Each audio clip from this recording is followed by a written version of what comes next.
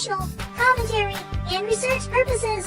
All rights belong to their respective owners. No copyright infringement is intended. Be-do-do-do-do-do. We're on.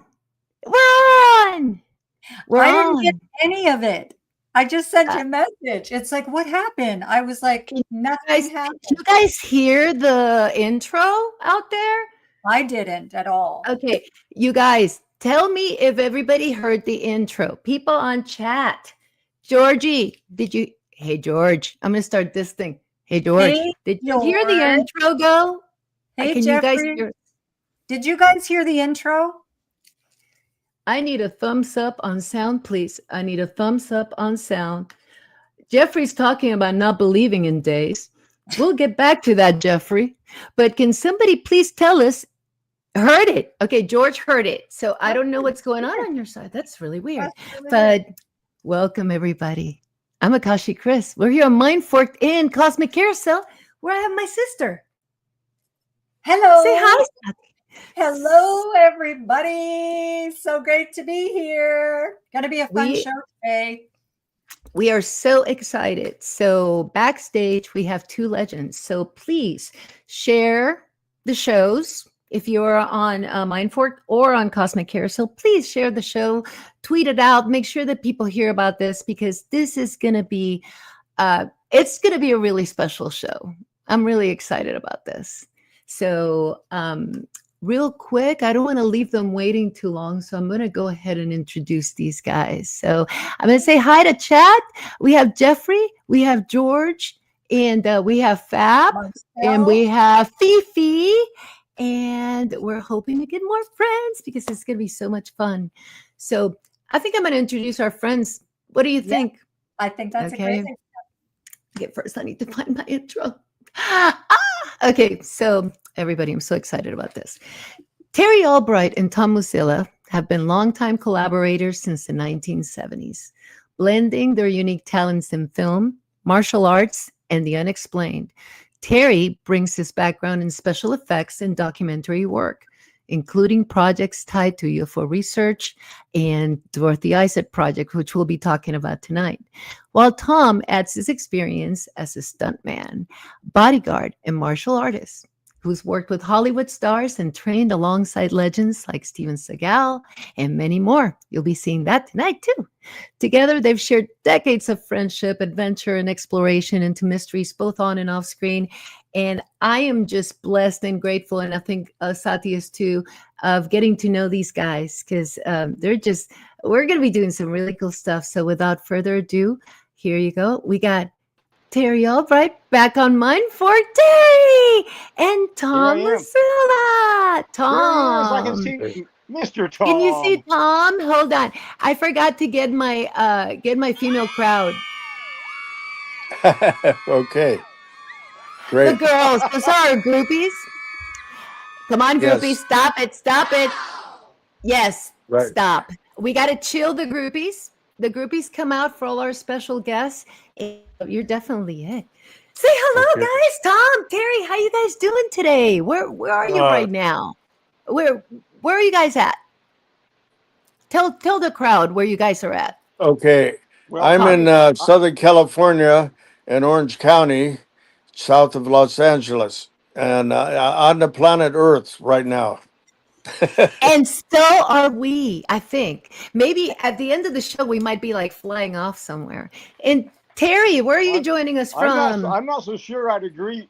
I'm not so sure that I'd agree that Tom's on planet Earth. I mean, he may think he is, but I don't know. I know half the time I'm not. I'm in Kansas. Yeah, so sometimes we end up other dimensions, you know. Well, what did you say, Terry? Multi-dimensions. Yes. I'm in multi-dimensions at this time. We're going to be talking. I'm just a little ways from you, actually. I looked it up. I think we decided we're like 6 hours apart, aren't we? We're thinking about meeting up at some point. We're not that far away because I'm in Oklahoma. You're in Kansas. Sati is in Tennessee. Yes. So, Absolutely. hey, you guys. I'm simultaneously, George says he is simultaneously in the Pleiades. Yay! Here's All George right. is part of the fam here. He's actually, he shows up as a guest a lot on the show. So, Giddy up, okay. George. So we're going to warm things up a little bit. So if you guys can bear with us, we have a surprise for you guys. You guys Oh, ready wow. for this? Yes. Okay. So I'm for just go ahead. no, you go ahead, Terry. Oh no, I can't. I've been wondering all week what this surprise is. So hit Well, us with it. okay. And let me give you some background. So part of one of the reasons why I called this show my channel Mindforked is because I like to surprise and mindfork my guests. So I always say, who's getting mindforked next? So get ready to get mindforked, people, because we are going to show you a little piece we put together.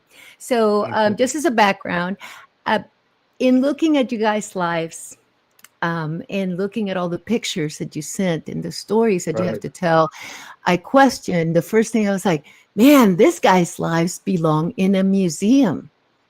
So that sparked some thoughts because I used to have a show when I first started, before Terry came on the show.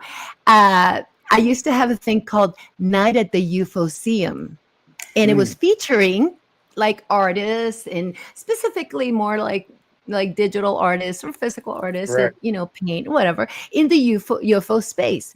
But I'm like, man, these guys' lives, we shouldn't limit it to us. We should include these great paranormal researchers and these people in the field that are doing great things. So are you guys ready? Yes. Is Are you the sure ready? everything's appropriate, right? Everything is appropriate, honey. Yeah, no. We would not use bad pictures, so don't worry. Okay, so without further ado, let me get this set up, and we are going to play you your own Night at the UFOseum. And I'm going to need some hands on volume. Make sure that this sounds okay, chat. So let me know once I play this. Here you go. Hi. Welcome to the new Night at the UFOseum. I am Akashi Chris, and I will be your tour guide this evening. I am a virtual representation of the real Akashi, just like you needed two of us. This evening, you get special access to the brand new Tom and Terry wing, I love it. dedicated to the legacy of Tom Muzila and Terry Albright. If you encounter a magical creature during this tour, please. Amazing. Oops. What? This is the lobby. Here you'll find your cosmic concession stand, books, merch, and more. Step right up, folks, and get your new cosmic elixir. Cures everything, from a stub toe to a cut finger to a headache to internal issues. Step right up. And now we're walking, and now we're stopping at our first stop, which is Terry's Blue Suede Hall, dedicated to Terry Albright.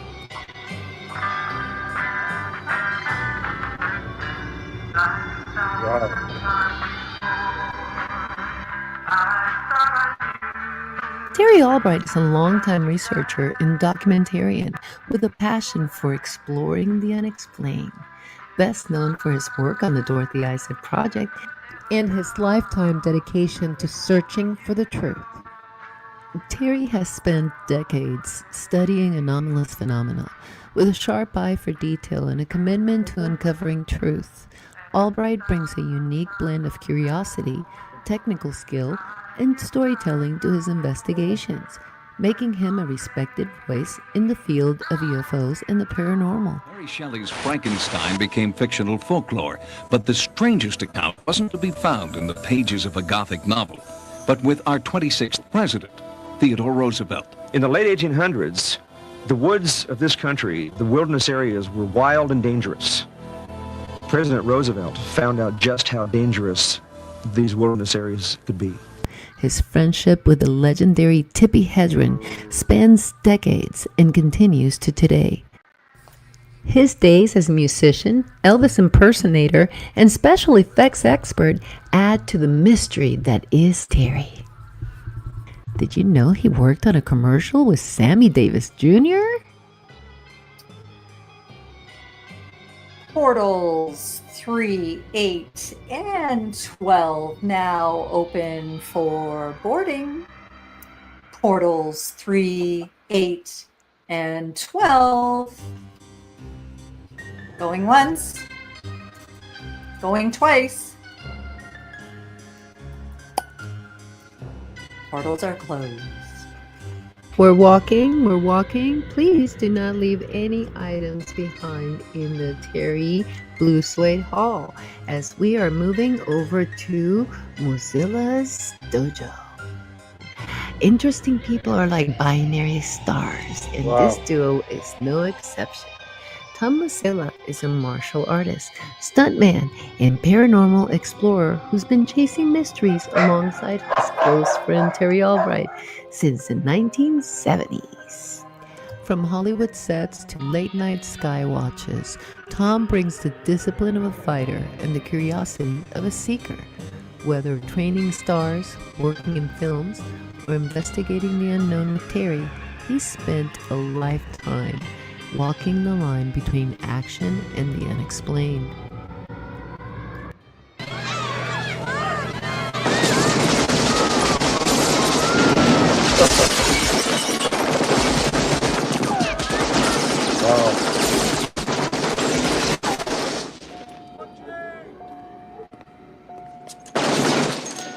It's a police emergency. I'm a cop.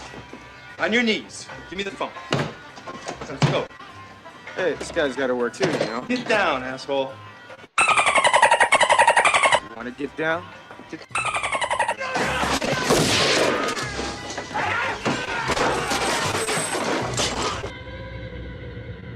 And we're walking right through Sati's ayahuasca trip and into our next stop, Tom and Terry's Hollywood Boulevard. Wait! Where are all these crows coming from?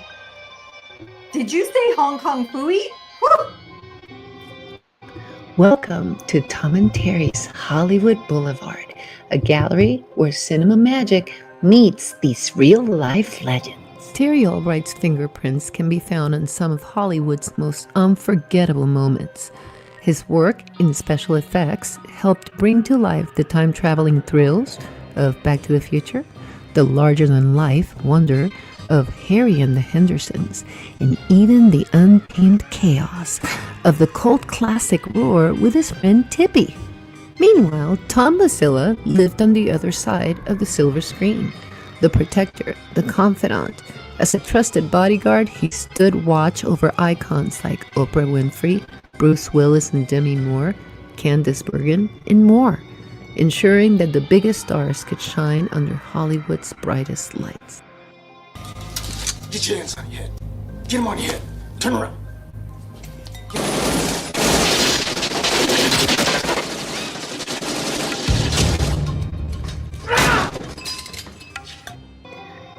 Hope you've kept up with your belongings. We have 2 more rooms to go. It's your moon water here. Charged moon water. We're walking to the Footnote, a room dedicated to all of Tom and Terry's Bigfoot adventures.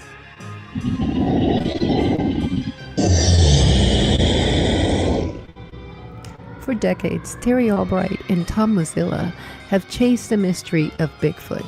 Terry, the meticulous researcher, follows the tracks, the stories, and the evidence left in the woods. Tom, the disciplined martial artist and bodyguard, ventures further, exploring the possibility that Bigfoot communicates through telepathy. For them, the search is more than a hunt for a creature. It's a journey to uncover truth and to understand a mystery that may be far stranger than legend. All for Isis and Osiris's ship to Sirius B. Last call for Isis and Osiris. Ship to Sirius B. Gather your belongings, folks. We're headed to the last room. We're walking to the room dedicated to the wonderful Dorothy Izatt. Dorothy Izatt's Pavilion. Dorothy Izatt was not just a witness. She was a documentarian of the extraordinary. With nothing more than a home movie camera, she captured hundreds of unexplained phenomena, glowing orbs, radiant beams, and shapes that defied explanation. What others dismissed as imagination, she preserved as undeniable evidence. This is a single frame of Dorothy's film, equivalent to 1/18th of a second. The streaks do not appear on the frame before or after this one, suggesting that the light is moving great distances in an 1/18th of a second. We looked up into the sky, Dorothy too, and she went to the window and she looked up and she said, "Oh, come on. Do something for my friends. They've been here for so long." And right away, 3 shafts of light, as bright as anything, just shot right up into the air where we were watching. My communications with the light beings are that they're very worried about us humans because we usually do things without thinking. The weapons we build, the way we raping the earth without thinking of the consequences. In this room, her legacy shines in every frame. The story of a woman who turned her lens towards the unknown and brought the mysteries of the cosmos into the light.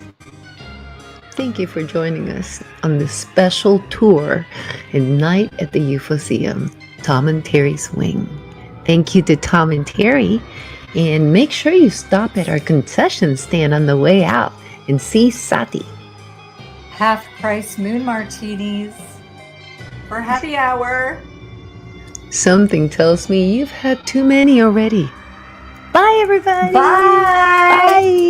Bye. Lay off the sauce, sister. Bye. Bye. Bye. Wow, that was incredible. Thank you so much. That was great, you guys. You just got mindforked. You just outdid yourself. Only one correction I got. Did you like it? That really ugly guy. Oh, it's really beautiful. Ugly guy with Candace Bergen was me. I know that. I know that's you. But he had it under his right? You did you were a bodyguard to Candace Bergen, no? It was Catherine Zeta-Jones. Oh man. Okay, I will fix it because that is going to go out as its own video, by the way. Yeah. And you guys can use it for whatever you want. So I will make the correction and I will send that out. But I think Tom, didn't you say you worked on something with Candace Bergen? Yeah. I thought I read that. I think you did, didn't you? Yeah, just slowly. And I worked with Tippy on one movie we did. I woke up early the day I died with Billy Zane. And yeah, she was great. You know, whatever happened to that sanctuary she had for animals? That's called Shambhala, and Yeah. that is out near Palmdale. Yes. And it's still going strong. Tippy is like trying to raise money every time she gets the chance. She doesn't go out nearly as much as I wish she would, but Right. they always need money to raise those animals. It costs like $5,000 a week to feed those animals. Oh, And I can imagine at anybody least. listening, contact Tippy Hedron at Shambhala and send them a few dollars. Yeah. I can put it on sure the she can use video on the description. I'll go ahead and put it like the That'd be link great. in case anybody wants to give to Tippy's, you know, because Great. that was such a mission for her. It was so weird, you know. First she did the birds and then she winds up doing this tiger movie. It's like this Yeah. is awesome. Well, you know, And, she probably would have done a lot more, but Alfred Hitchcock went after Tippy, and Tippy didn't want any of that. So Wow. since she wasn't cooperating, Alfred Hitchcock kind of blackballed her, or at least badmouthed her to a point where she didn't work for a while in the industry. Then she kind of slowly got back into doing things, and of course now all that's behind. But and all of her work with Roar and with Shambhala. And by the way, the Roar Foundation is what you would Google to get a hold of the foundation and the ranch. And they also have tours and banquets and different things that you can attend and see the animals and meet Tippy. And Melanie Griffith always comes. That's Tippy's daughter. Mm-hmm. And Dakota Johnson is Tippy's granddaughter. So I don't know how often she shows up, but Melanie's always around the ranch. So it's kind of... Where is the ranch? Where is the ranch? The ranch is Palmdale, out, right? It's out just this side of Palmdale. Yeah. In Soledad Canyon Road, on Soledad Canyon Road. That's where a lot of the stuntmen and a lot of the movie sets are. And just across the freeway from Tippy, if you go across the little mountain range right there by Tippy's, just across the freeway is Vasquez Rocks, which Tom probably knows. We do a lot of filming at Vasquez Rocks. The opening to Laramie is there. I mean, oh my gosh. Every time I turn around, I'm going, oh, there's Vasquez Rocks. So they've done so many Westerns there. Hundreds of Westerns. Oh, yeah. And we used to, when we were out there shooting, we'd always try to climb up the rocks. And there's a couple that are overhangs, and we'd try to see if we can climb up underneath the overhangs, and they'd give us something to do while we're waiting. But Vasquez Rocks is something that... But anyway, the reason I mentioned that is because there's so much filming that goes on in Soledad Canyon and that around Palmdale. Right.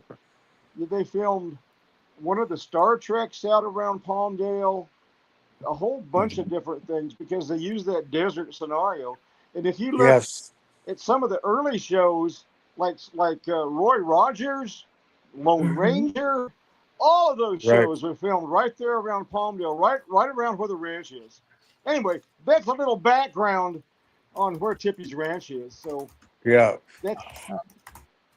one of the things that I wanted to make sure, I don't think that I mentioned to people, is that, and the video kind of showed you, for the people that are watching, how much we're talking about. I mean, the legacy that, the many projects that you guys have worked on, the many different areas. So this is actually one of 3 shows that we're going to be doing. And tonight we're going to be focused on UFOs, consciousness, and Dorothy Izatt. And we definitely want to hear, in a second, I want to hear how you guys came together, because it's like you guys were meant to meet. So I'm dying to hear you meet cute. But I'll let one more thing. Terry tell you. Tom, yeah. In a minute, because the other thing, the second... Go ahead, Terry. Tom, we should be sure and mention how we worked with Peter Gatella, because Peter Gatella kind of, after I was introduced to Peter by Stanton Friedman, then Peter and Tom and myself and Bobby Slate and all of us kind of came together because Peter was doing so much research and all that. So I would have to credit Peter for getting us all together, wouldn't you, Tom? Yes, right. And that was what, 70, early 70s, 73, I think, right? Because I just got out of service too. Well, when I was introduced, when Stanton Friedman found me, I was living in Pasadena and working at the Naval Undersea Research and Development Center. And Stanton Friedman contacted me, and then he immediately put me in touch with Bobby Slate and Peter Gatella. And from there, I met you, and it just all got out of control from there. Yeah, what's really interesting, I was going to Long Beach City College, and there was a Professor Richard Spurney. He was a theologist. You remember him, Terry? Absolutely.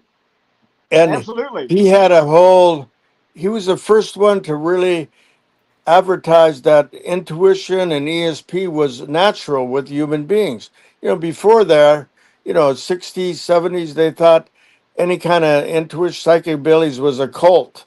And they had some of the old seers, Gene Dixon, Cabrini Kincaid, all these seers that they figured were part of the cult.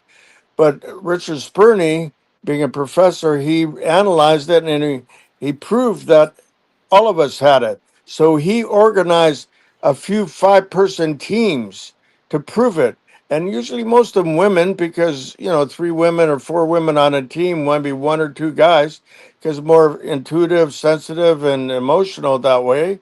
And then what we did, we worked with police departments. We worked with psychiatrists.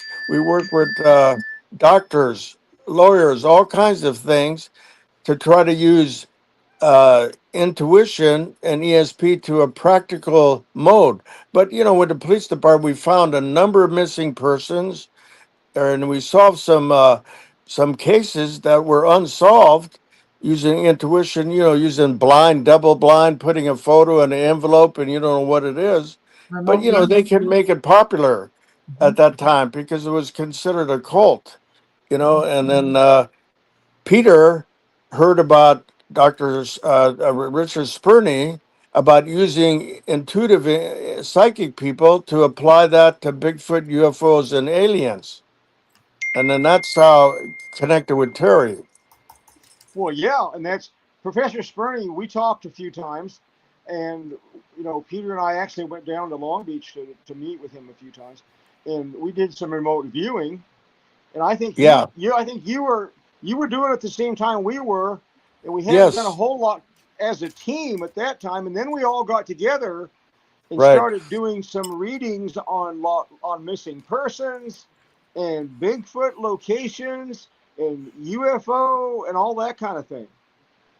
Yes, and that's where Tom is really. If you sit down and talk to Tom, he will absolutely blow you away.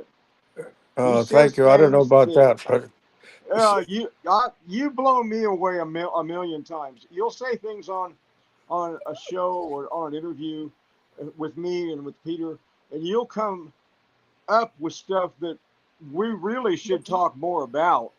So just so the girls know, Tom has got so much education, and he's so intuitive and so knowledgeable in those fields. Of course, he uses it in his martial arts. Why do you think he's so darn good? We already have a question for Tom. I'm going to go ahead and pop it up. Yes, we do. From Curious George. He wants to know if either of you guys has done any readings on Mars and what's on Mars. I guess that's probably a reference back to Joseph McGonigal that has done readings about Mars, astral projection. Okay.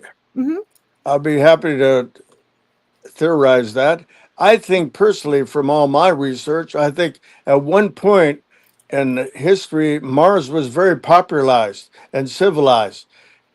Whether it's more aliens or hybrids or something, because, there's like 66,000 anomalies on Mars they've taken pictures of, and Terry knows because he's got first-class security information that NASA covers up or they block it out, because there's pyramids there, there's obelisks, a lot of Egyptian architecture there, and something happened, whether some planet hit it or a war or something. There's one canyon that's on one side of Mars. I think it's like 4,000 miles long. It's like the Grand Canyon, but 500 times bigger, deeper, everything. It's like a big scar. And they're theorizing all kinds of theories what happened. If that was a moon or planet or a war or laser or something.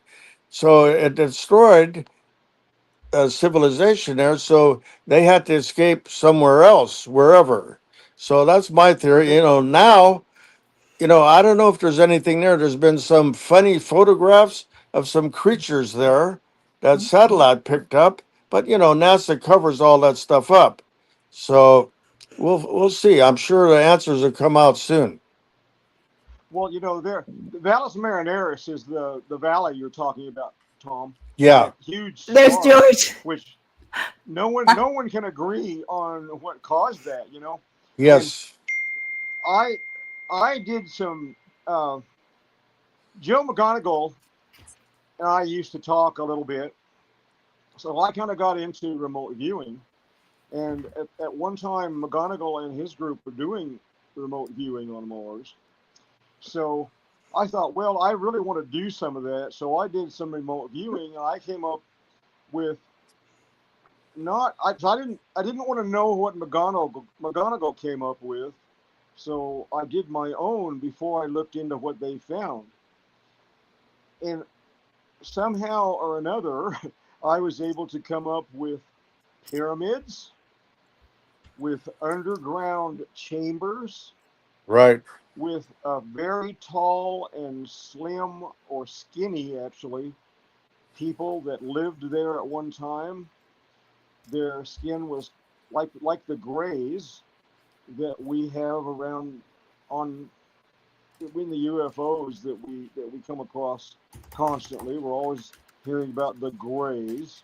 Well, these are not little short midget-like grays. These are very tall, skinny grays, like the Watusi tribe of Mars.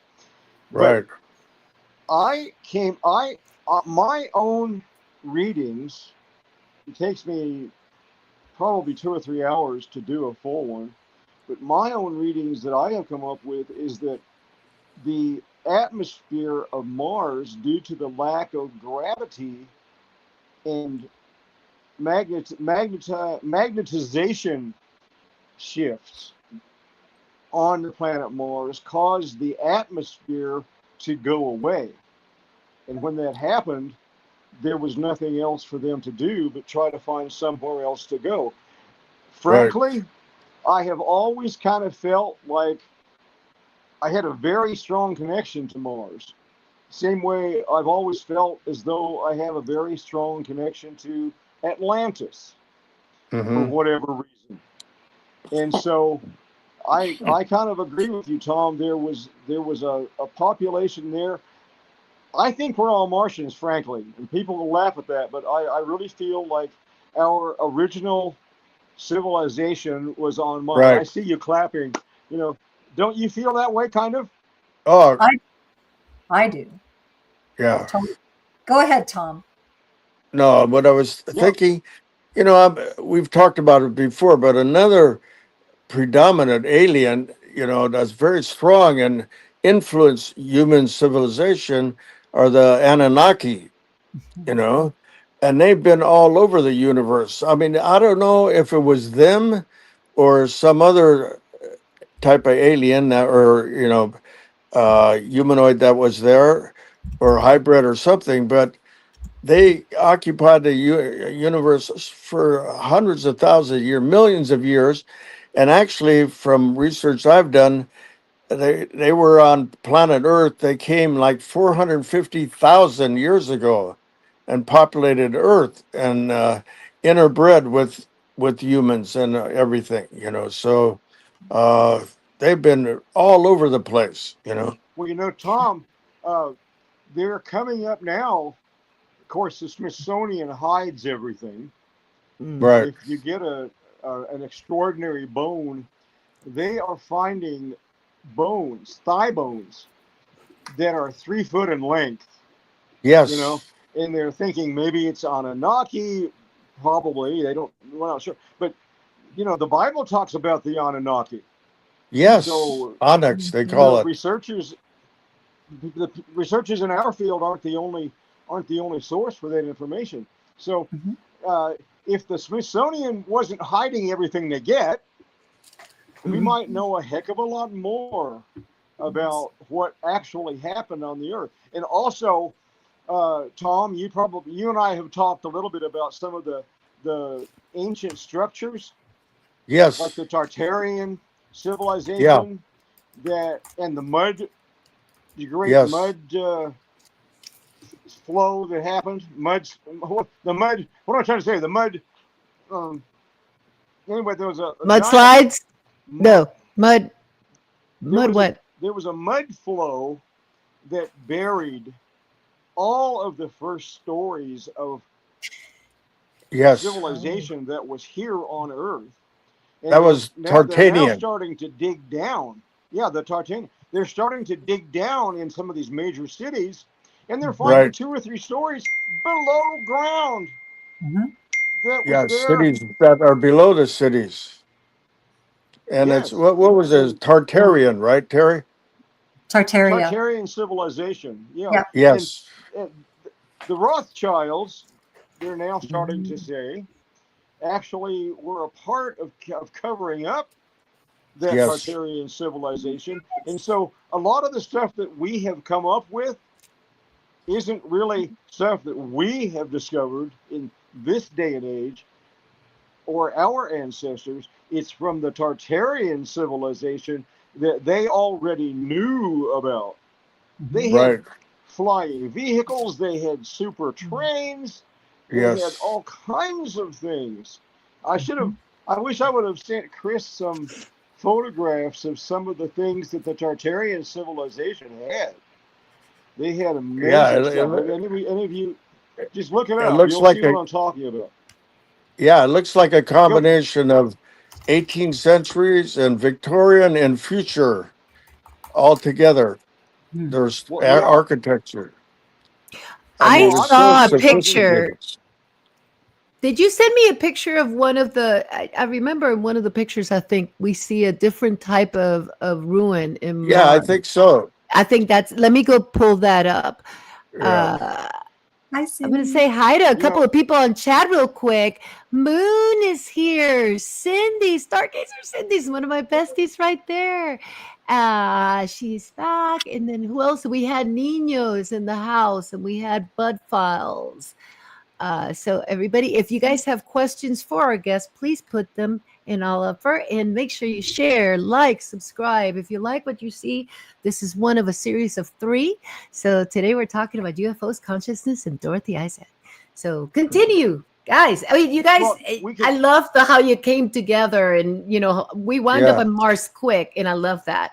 What did you think about NASA's announcements on the whole? I mean, because basically in the last couple of weeks, they've said they have found proof of ancient life on Mars, which is something that I think everybody kind of thought, but NASA finally said something. And then right after, NASA becomes like a spy agency. That, they've kind of reset the thing on NASA. What do you guys think about that? Okay, well, first, Elon Musk had a lot to do with that. He pushed that, really penetrated, and forced them to start exposing that stuff, because the more they expose it, it supports what he wants to do. He wants to be able to travel to Mars and maybe even set up a base camp there or something, So, I mean, that guy's, and a lot of people don't like him, but he's an incredible genius, what he's created. And everything he's done, of course, with you got $150 billion, there's not many limitations in this third dimension, Right. Well, Elon Musk has done so much, but of course, the fact that he is friends with Trump, or now he's kind of estranged, although I'm not really sure that's a true story, that he's really estranged. Elon Musk, his desire to get to Mars has been pushing NASA to kind of open up a little bit about what they've said. So I'm kind of looking forward to finding out a lot more about Mars. That kind of ties in with what Dorothy Izatt was saying about the light beings, and about how there is a group that watches over Earth, does not interfere, but watches from afar. She feels like the light beings are watchers, and that they are here to kind of, if we really go off the deep end, are here to guide us in the right direction. So what she talked about with me at great length was the fact that we have to watch our P's and Q's and try to stay enlightened. Because the more enlightened we are, the more light, we are light beings ourselves, actually, and Tom knows that, and you both know that. We're light beings. We're nothing but light. somebody posted something on X the other day. I said I found a very old picture of you, and it was nothing but a giant light that was really incredibly beautiful. So I know that if I let my vibration get low, that I have problems. So I constantly work on thinking positively, on keeping my vibration high. I'm not very successful most of the time, but if I keep my vibration high and if I'm feeling light and if I'm feeling positive, things go much, much better for me. But Dorothy talked about the light beings in that way, in that they really want us to enlighten ourselves and to raise our vibrations. Yep. Now, when I actually have a clip of that when you're ready, Terry. I actually downloaded clips of Dorothy. So whenever you're ready, just cue me up. Keep going. Sorry. You can pop them on whenever you want to, and I'll talk about them as we go if you want. Yeah, I have a section. I think this is where she's talking. This is from Capturing the Light. I'm going to go ahead and pop it up, okay? Great, go ahead. Do that. She had mentioned that they had revealed certain information to her. And I said, oh, really? What information is that? The reason they've appeared here is because they are worried, because they said mankind are getting very disruptive. They're worried about us because we all belong to the whole, and we are all connected that way to each other. And if we don't behave properly, we disrupt other beings, other places. Our earth only has a little skin around it to protect us. If we rent this veil between us and them, it'll cause terrific damage because we're either spill into their world or they'll spill into ours. Oops, here we go, and we're back. Here we go. The one quick shot there was Peter Gatillo. For everybody at the beginning, he keeps talking about Peter Gatillo. That is him, and you'll see him in Capturing the Light. Oh, and then Peter did sightings with me, so you'll see him on sightings. Peter's health has not been too great. Hopefully he'll get better, but he's been a little bit under the weather. So what happens, I was talking to Dorothy one night, and I said, Dorothy, what is this buzzing that I get in one or both of my ears? And what it actually feels like sometimes is like there is, all of a sudden in one of my ears, the pressure goes completely away from that one ear.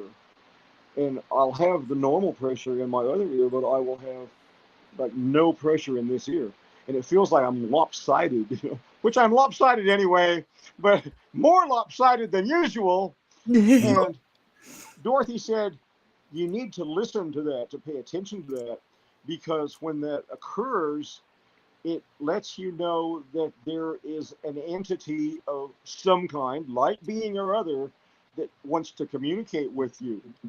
Yes. And so whenever that happens, I grab my iPhone and I run outside, or the 35 millimeter, whichever, and run outside and start photographing the sky.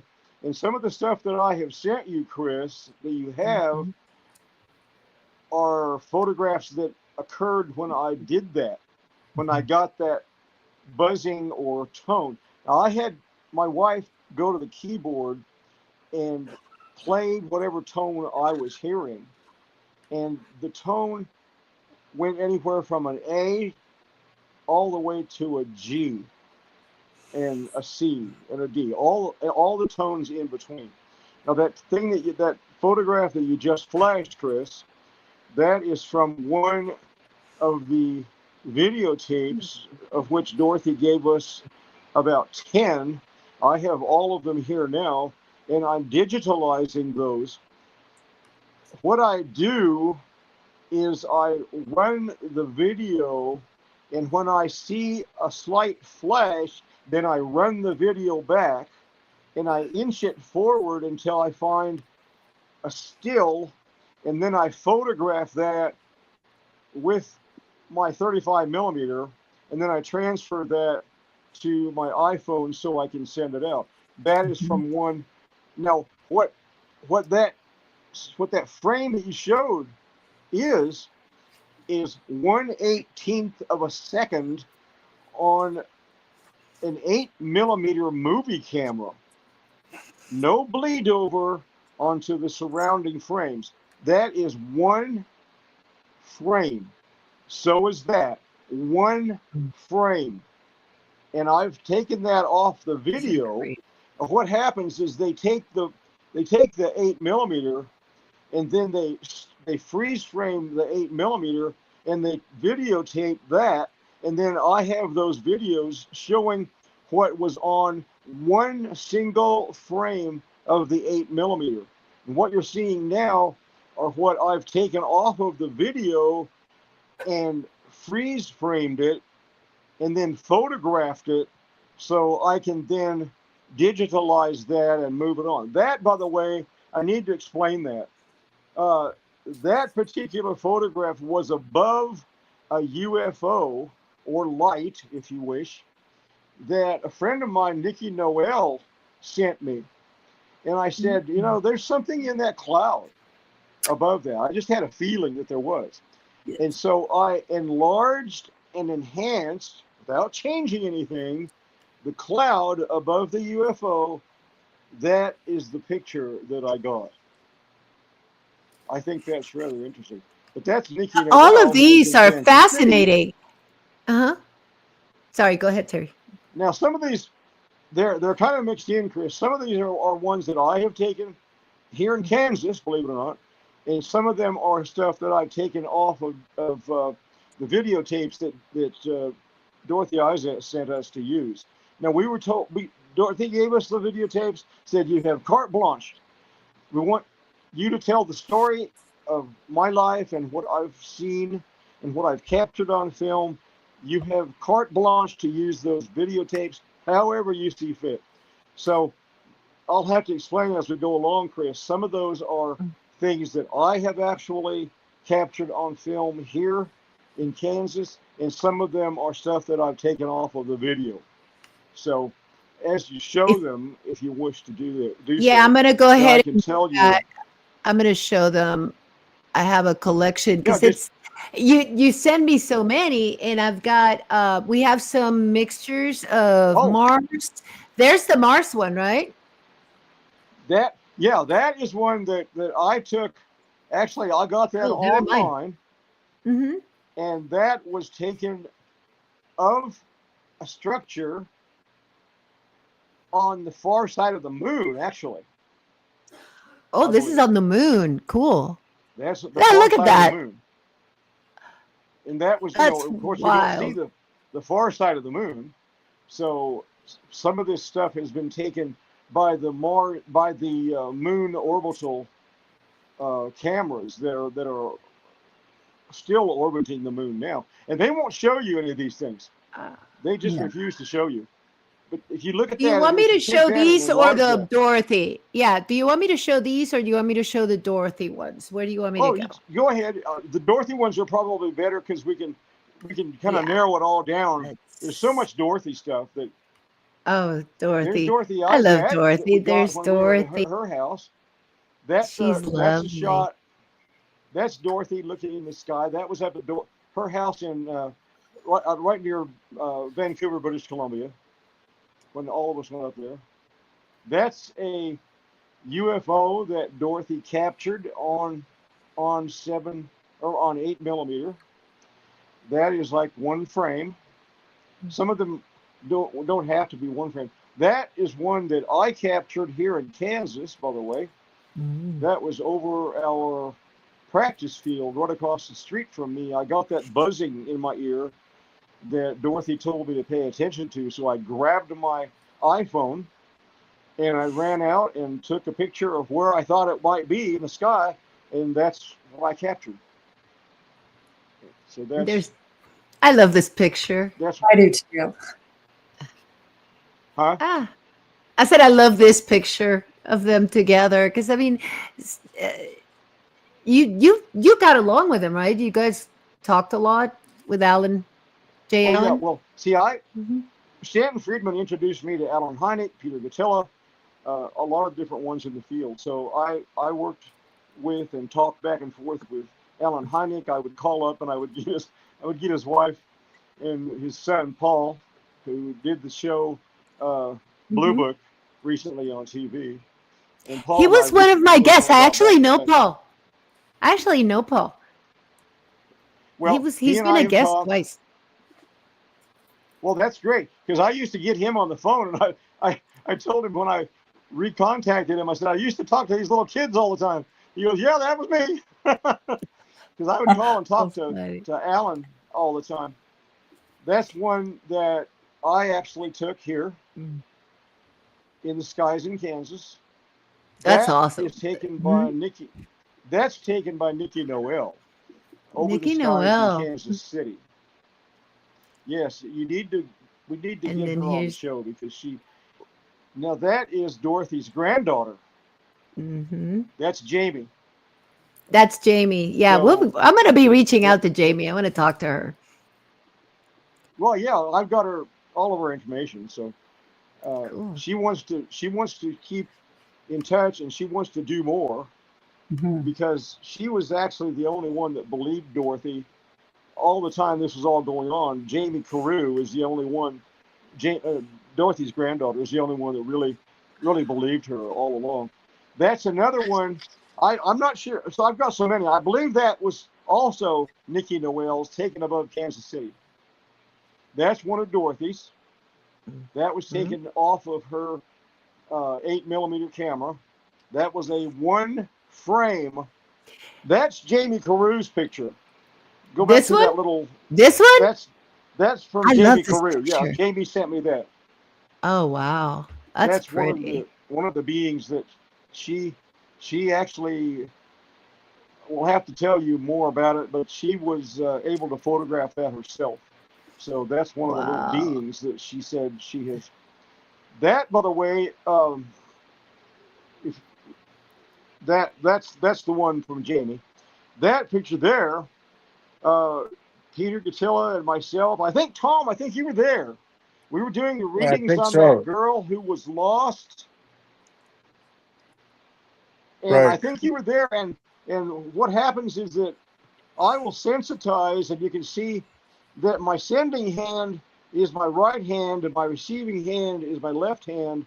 So you can see the difference in the auras around the hands. Yeah, right. Sending and receiving. And all of those little orbs that you see are going out and some are coming in. So I'm sending out energy looking for this. I wanted information on this girl who was lost over in Nepal.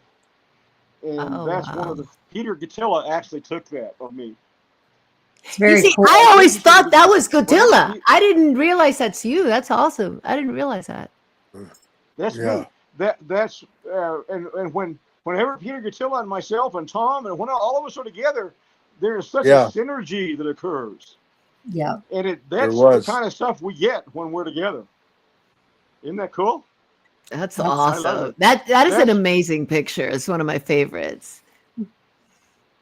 Now that right there is one frame of the 8mm, which they put on to the video, and then I did a still frame from the video on I go to my smart screen TV, my 55-inch screen, and then I take a photograph of what I've got on the video that I'm sending to my 55-inch smart screen, and that is a picture of the still frame I got from the video. Now, when I see a flash on the video, that's when I know something has occurred. So I'll see the flash, and then I will go back, and then I will run it slowly until I capture the still frame. That's another one from the video. Oh no! I found this. What is this? That is me on the left, and then a friend of ours from Palmdale in the middle, a young guy, and then that's Ron Bailey. You remember Ron Bailey, don't you, Tom? Oh yeah, of course. And Tom, I don't know why I put that picture in the wrong place, but I like it. It's cool. Is he still alive? Well, that was when we were out. I don't know. I would imagine so. The last time, I mean, he's not. Yeah. He's not that much older than us, you know. Look at Yeah. me. I can't get over me. Now, I love that is picture. a really interesting picture. The picture of the hands is This one picture. of the best things.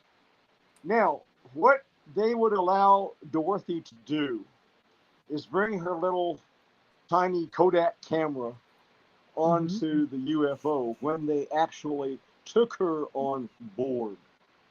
So they took her on board, and she would take pictures of things that she saw on board the alien craft. That is a picture of the hands of one of the aliens.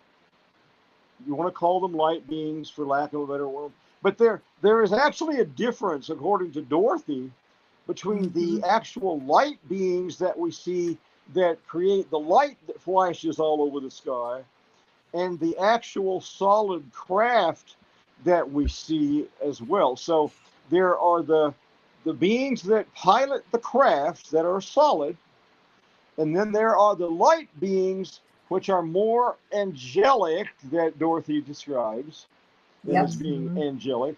Now go ahead. Sorry, you were going to say something. Go ahead. I'm not. Anyway, Sati were you going to say something, Sati? No, I was just like, I totally agree with everything that you're saying, Terry, because I've been experiencing the same things. And so it's pretty cool because everything you and Tom are sharing is in complete alignment with my own experiences in my own life. So this is great for me. I'm enjoying it. Please continue. Oh, that's fantastic. I'm glad that I can get some validation from something other than Dorothy and from my own experiences. And of course, Tom knows all of this. I mean, come on. Yeah. Tom is totally aware of everything. You know, he's been involved in this stuff as well. Now, that right there, one night Dorothy was out looking at a UFO, and she saw this UFO, a solid craft, and she asked, "Are you the light beings?" "Well, no, we're not." And she says, "Well, can you, I really can't see very well, can you lighten up in the interior of the craft so I will be able to see what you look like?" So they lit up the interior of the craft a little bit. Now, this has been pirated, and so you have probably seen this elsewhere, but this is Dorothy's photograph that she took of the beings that were in this solid craft that was a disc-shaped craft. And so when you see that elsewhere, just know that that was Dorothy's that she took, and that's also in the book, but it's not in color. That's why we want to do another book that will show all of the stuff that Chris now has, and you'll be able to see tonight in color. And that nobody has seen that unless you've been looking at my X account. That is a photograph that was taken by 35 millimeter camera.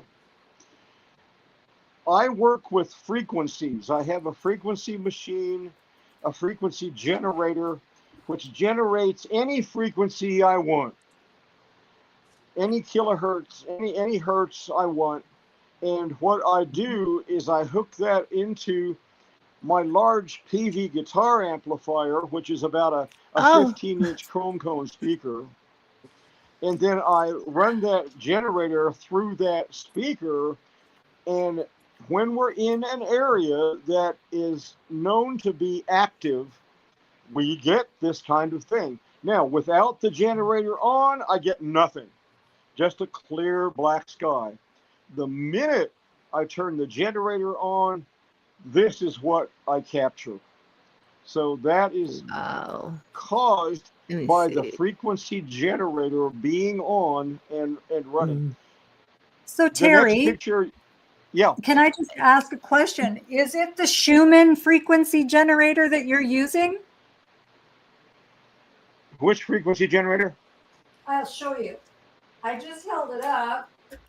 I have 2 of them, and they also yes, are. I've seen those. Yes, I like the looks of those. And you That's can a little program it. You can do whatever frequency you want, and it really changes things up. And depending on what my setting is, I can feel and see the energy of the orbs and the beings a lot more clearly when it's on specific frequencies. So that's what I was just asking, if it was similar to that. You and I agree. The only thing is that I have the generator that I have is a generator that I can show you if I haven't. I've got it right here, but it's in the other room. I carry it in an anvil case, and it's about 2 feet by 2 feet, and it has. I can get any frequency I want from 0 to 35,000 kilohertz. So then what I do is I hook that into my large guitar amplifier, which has a 15-inch chrome cone. So that thing will blast your ears out. What that does is that sensitizes the entire area that we're in. And so this particular night we were at, Tom, you know where we were? We were at Big Rock Campground. And Big Rock Campground has been known for Bigfoot sightings, for UFO sightings, for all kinds of strange things. And so when I turn the generator on, as opposed to when I don't have it on, these orbs, among other things, are what I get. If you run forward, Chris, to another couple one, well, I can tell you what this is right now. I love that one. This is what Dorothy calls her lady in white. If you notice behind the lady, who is in the middle, if you notice behind the lady, there are little, what appear to be children. And then in front are what appear to be children that are a little bit lighter colored in the photograph. Well, the ones behind her are waiting to be shown the light. The ones in front of her have already been shown the light, and they are on the way into the light. So, and this is still one frame, right? That particular one we had to take off of one frame of the 8mm, which was rather wild. Interesting to do.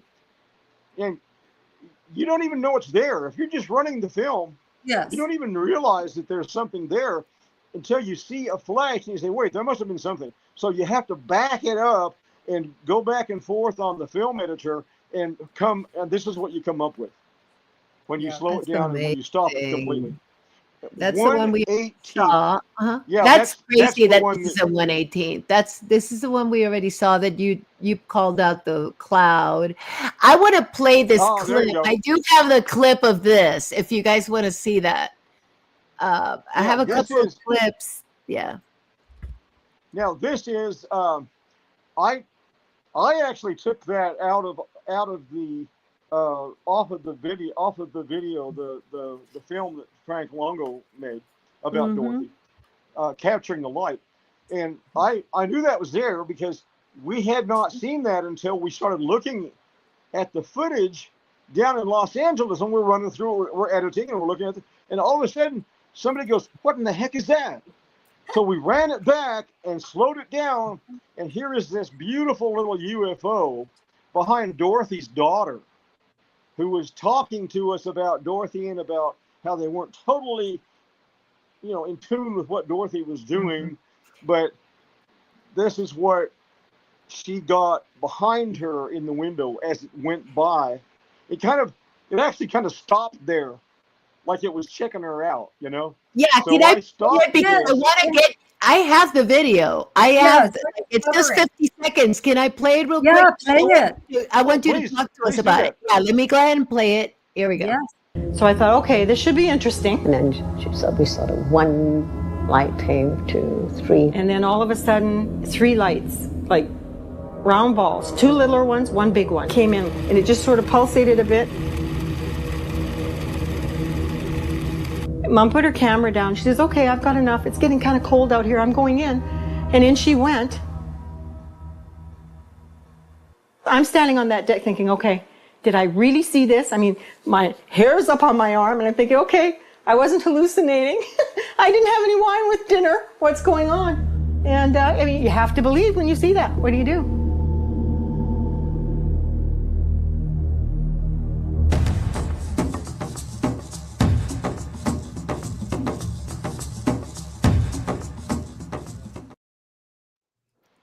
That is, that one, when it goes like, I mean, it's so obvious when it like crosses over right before the end of that clip. And she's talking about this. And nobody has noticed that this is happening, right? Right. Nobody noticed that it was there. You know, when we were filming up there, we had no idea. Then we get down to Los Angeles and we're looking at the footage and we're going, wait, what was that? So we run it back. And then what I did was, on capturing the light, I went ahead and ran the video for myself, and then I captured that still frame that I sent you, so you have that still frame. But I've also you've got the clip, but I had the still frame. And if you take that still frame and you enhance it and enlarge it, that craft that's behind her becomes very interesting. You need to see that enlarged.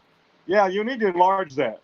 So you'll have a chance. Yeah, enlarge it and work with the contrast, and you'll see what I mean. Yeah, I'm gonna have to do that offline, but yeah, because it's. Well, I mean, that one scene, it shows red. It like pops up. You could actually see it just kind of pop up red. So that'd be really interesting to see that part. Yeah, that was one of the most. And if you notice during capturing the light, the family's watching this, right? Seeing it the first time, and they see this, and the whole family just goes, pardon my language, holy crap. Like, what was that? So then the son went out and went looking for what this light may have been, and there's nothing there. There's nothing there that could have caused that. So well, didn't he walk up like this? Yeah, he walked up like a hill or something, didn't he? Like across from Dorothy's home. And he went pretty significantly far up to try and find what it was. And there was nothing that could explain it, right? Mm. Yeah, the son went looking, drove way out there, and there was nothing behind the house. It's all just level ground, basically, because they're they're a long way from the coast. So it's rather interesting. I can't wait till we get to some of the stuff that shows the ocean and some of that stuff from Dorothy's. And by the way, when you get to that, Dorothy lives way inland. There is no ocean in her backyard. So I'm trying to figure out. I think that little. I'm going to scroll through all your pictures to make sure I have the right pictures, because I think I have every single picture you send me. It's just a question of where I put it. So there's one more thing I want to show from the show. Go ahead, Terry. Sorry. I know that I told you. I knew I was pulling up. I've got so many. I've got probably 500 more pictures than I sent you, that I have myself, that I got from the videos. But I knew that I knew we were going to have some picture description issues. That's why I said, if I can see them on screen as we're going, I can tell you what they are and be able to describe them. So that's probably the easiest way to do it. I also do want to, we want to cover the rest of Dorothy Izatt, but I do want to hear about your own, all of you guys' own experiences, also with Tom. But I want to show this. You were talking about the beings, that one picture that had the actual beings. Is this, I got this from capturing the light. Let me show you, 23 seconds. And sometimes I'll see, depends on which way to turn the craft. And if they want you to see them, they will appear. Either on a small little window and looking out of windows.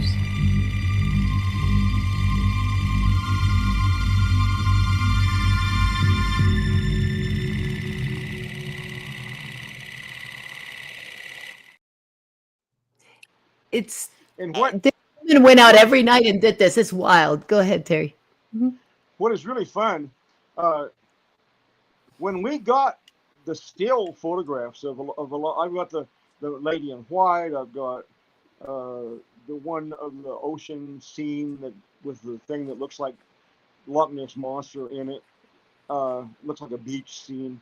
And what Dorothy explained is that these photographs that you have are going to continue enhancing. So I'm like, okay, that sounds great. Well, the photograph that I have of the lady in white and the photograph I have of the beach scene have all gotten much sharper and much more distinct than when we first got them. And they are just still photographs. So she was very and right. so she was right. She said it, that they would get sharper. She was totally right. And what would happen is that Dorothy would be laying in bed and they would show her entire ceiling above her would become like a giant movie screen.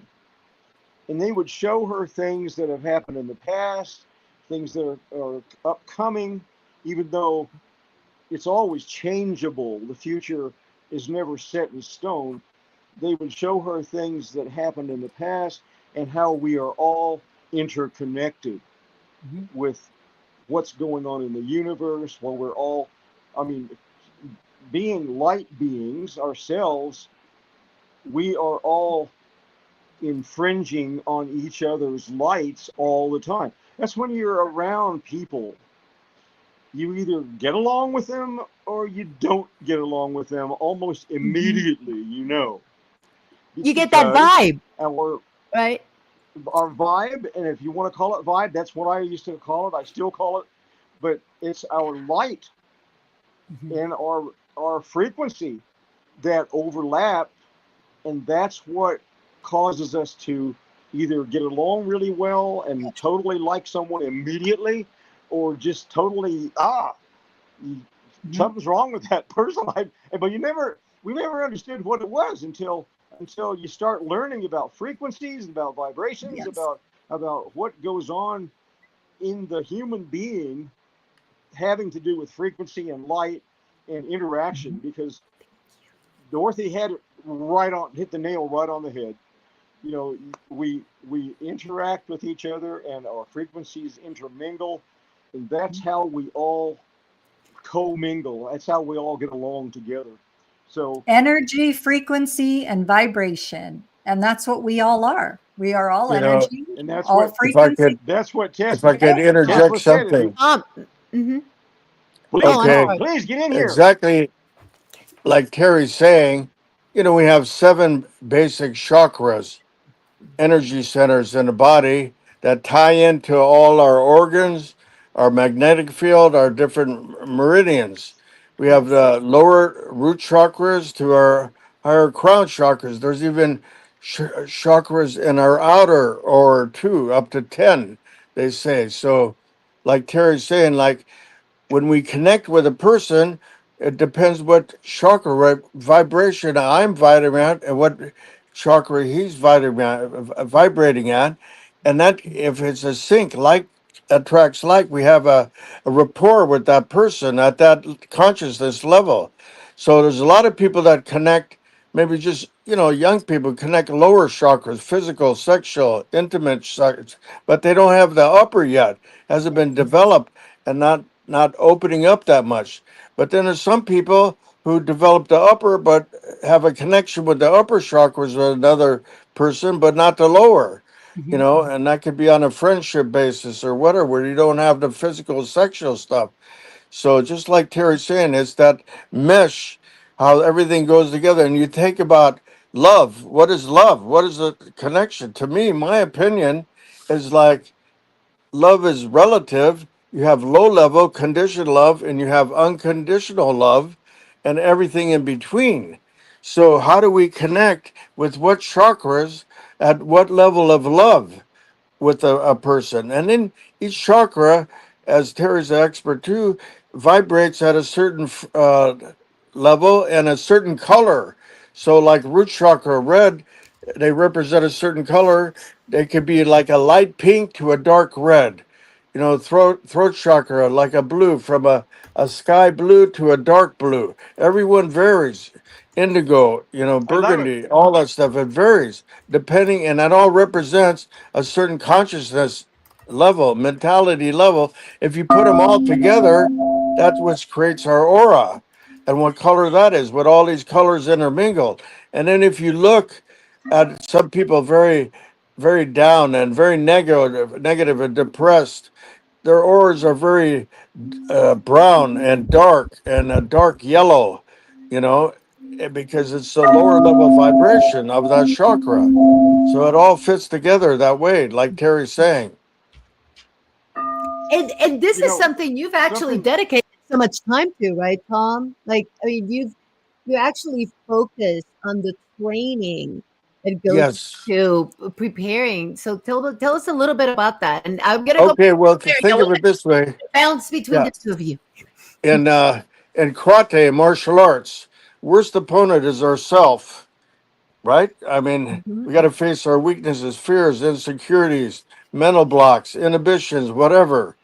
And as we've faced those, and when we face an opponent at different levels, depends what level of mentality they are, and of course, what technical level. So, what your strengths has to go with their weaknesses, what you attempt, how that balances, and what kind of rapport you have with opponent. Okay, how do you find that? Intuition. We have the old saying, eyes are the lamps of the soul. You can look at a person's eyes and you see their consciousness, their mentality, their strengths, their weaknesses, their fears, everything, if you're intuitive enough. But to do that, you have to be a clear channel yourself. If you're thinking about yourself or looking at their hands or what technique they're going to do, that blocks you. You have to be a total channel, and then you can pick up exactly what they're sending.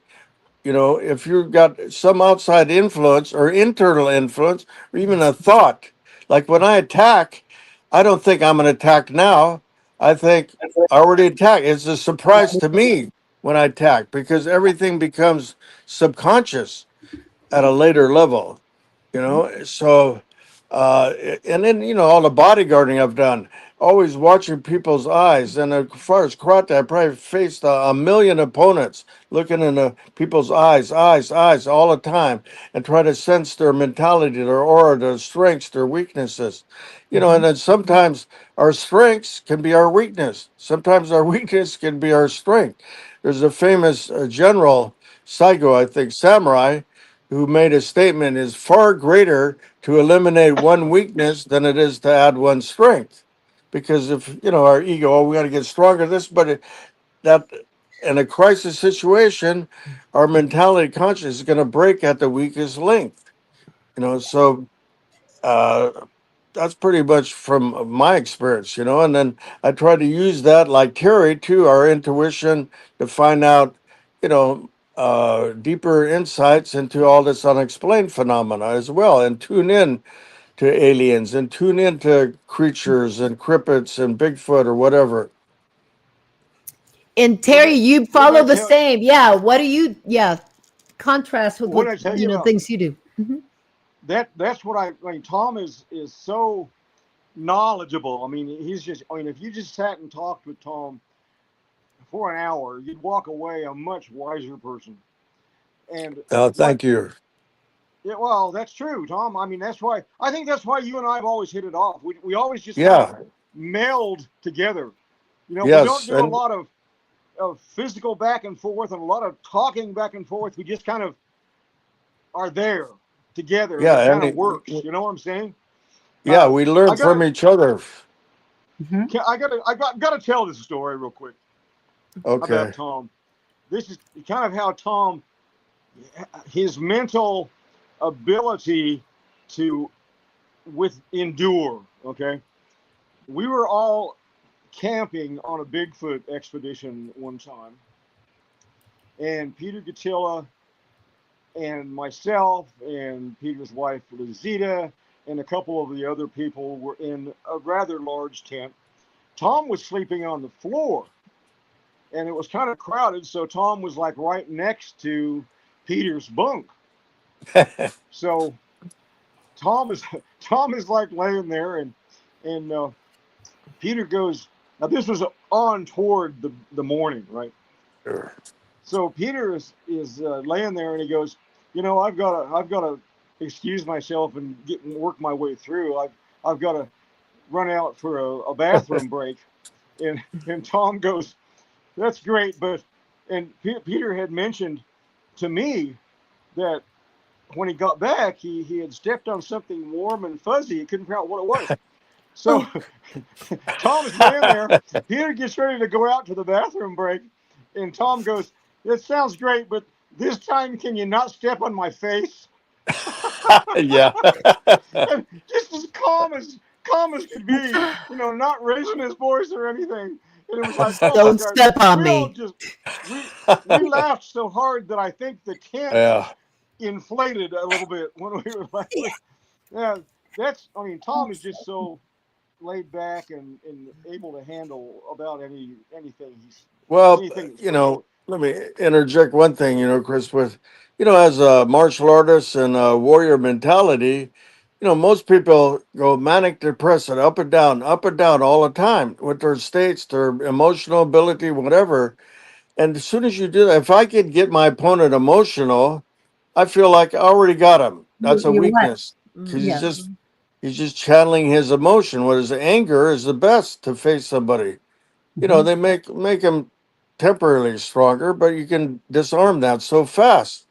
But if your mind's solid and strong and mindset and indomitable mentality, nothing changes it.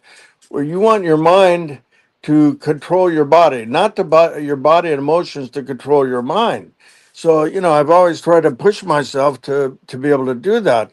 So with a crisis situation, life and death situation, it's heaven's will. Whatever's decided is going to happen anyway. So why get excited, emotional about it? I mean, there's times to get excited, emotional, and everything too. But and if facing a crisis situation, it's better to have a strong, solid core mentality where it doesn't waver. And you make your opponent waver. You make them insecure. Yeah, they sweat it out if you can do that, for sure. Yes. I Well, love it. it's all a game of the mind, isn't it? Right, Terry? Yes. Yes. I mean, Tom has got. go I ahead. wish I could be around Tom 24/7 because he's just a real stabling influence on all of us that Very do the calming. research, on Peter, on myself, and when we're out doing this stuff, what we do. I'll kind of get into your question a little bit, Chris. What we do when we're out and wanting to communicate with whatever may be around us, whether it be UFO, Sasquatch, whatever the case, we all go into a very calm state. You have to see a gray screen behind your eyes, basically.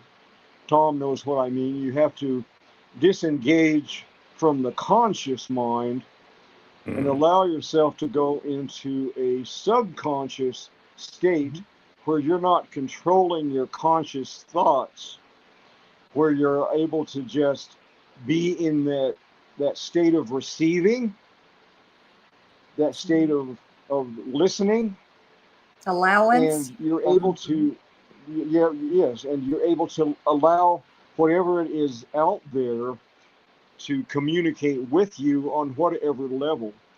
Now, what that one I sent a sightings episode to you, Chris.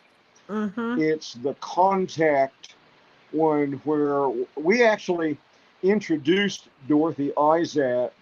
I can kind of say a little bit about this here. When I talked with Dorothy Izatt for about 6 months on the phone. She didn't really want to go too public because she was doing what she was doing up around Vancouver, and there had been a few articles in the newspaper about her. And what she was concerned about was if she went too major public, there would be kind of a backlash, and she wasn't sure she was ready for that. Well, so I talked with her for 3 to 6 months, almost every night for like 5 hours on the phone. And we finally said, she finally said, look, I'll go ahead and do the episode. So we sent Andrea Matsky and John Tyndall. Actually, we sent Andrea Matsky up to Vancouver from our staff at Sightings, and she did the interview with Dorothy up there in Vancouver. And then we interspersed the interview with some of the footage and stuff that we had gotten from Dorothy. But we, in that episode, we brought a little bit to the public about what we do. Now, you know that they're talking about mentally, like psionics, they're talking about mentally communicating with UFOs. Now that's a big new thing, right? Peter and I were doing this in 1970, and it's on that Contact Sightings episode where we did the psionics, we used the laser beams, all of that stuff that they came around later to using. Well, it's already on that show that we did in like 91 or 2 or 3, I don't know, whatever year we did that. So, and that was in the Anza episode, where there was a thing that rose over Mount Cahuilla every night. The people would actually pull their lawn chairs out in their front yards or backyards in Anza, and they would watch Goldie rise over Mount Cahuilla. And so we thought, well, we need to go down and get this on film. So we started doing a lot of interviews with some of the people that were local. There was one lady who was a newspaper writer. I'm trying to think of her name right now. Anyway, Cindy something. Anyway, we went down and met with all of them. At that time, there wasn't an Anza Paranormal. Now there is, and we just did a show recently called Shadows in the Desert with a group that I found down there called Anza Paranormal. A guy named Roland was kind of the head of that. And Roland has since moved. He's up in Idaho. And we keep in touch all the time because we really hit it off. But we went to Roland's home, and then we filmed this Shadows in the Desert there. And we showed Mount Cahuilla, and we talked to a lot of the witnesses. There have been Bigfoot sightings. There have been light beam type sightings all over Anza. So that kind of ties in with what we have been doing all along in mentally communicating with these entities or beings, whatever you want to call them. I think light beings is probably the best term to use for the time being, because we're all light beings anyway. So why buck the system, you know? Here we are, light beings, talking to our friend light beings. Anyway. Well, but Dorothy said it, right? Dorothy differentiated the light, like the light that was talking to her, those flashes that were like buzzing her ear, being light beings versus the physical, right? I mean, it's like two totally different. Well, yeah. Well, yeah, the light beings are more angelic, and they are more total light, and they come and go as light. But then there are the physical craft, because Dorothy was doing an interview with someone one time. I think a young man had come down, which, by the way, I didn't know about this before I had asked her about the buzzing in my ears. This young man had come down to ask her about some of the stuff that she was experiencing, and he asked her at that time, "What's with this buzzing in my ear?" And she explained to him, "Well, that's because they're trying to contact you." And this was long before I ever asked her on the phone what this was. So what happens is that the light beings will let you know they're there, and if you want to see them, then you can actually go out and look into the sky, and you will more than likely see something, especially if you're using a camera. This guy said, "Well, I want to see the physical things," and said, "Okay, let me have the light beings bring them." So the light beings actually brought a physical craft so he could see the physical craft, which is what we commonly refer to as UFOs or UAPs this day and age. So there is definitely a difference between the UFO and the light beings that Dorothy was communicating with and photographing all the time. But she has both. She photographed both. Mm-hmm. I've got some pretty interesting ones of the physical craft.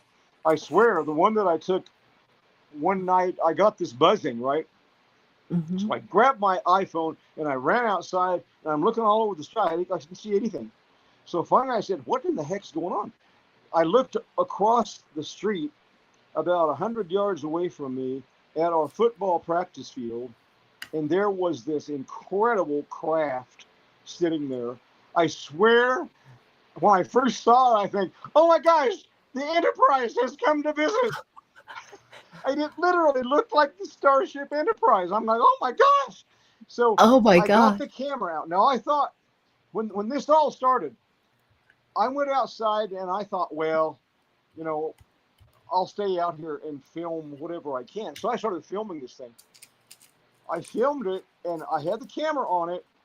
And I thought, well, I've been out here, and all of a sudden it just went and was gone. I literally saw it go the first few 100 feet, and then it just was so fast that I couldn't keep track of it. It literally disappeared from vision within a second, maybe.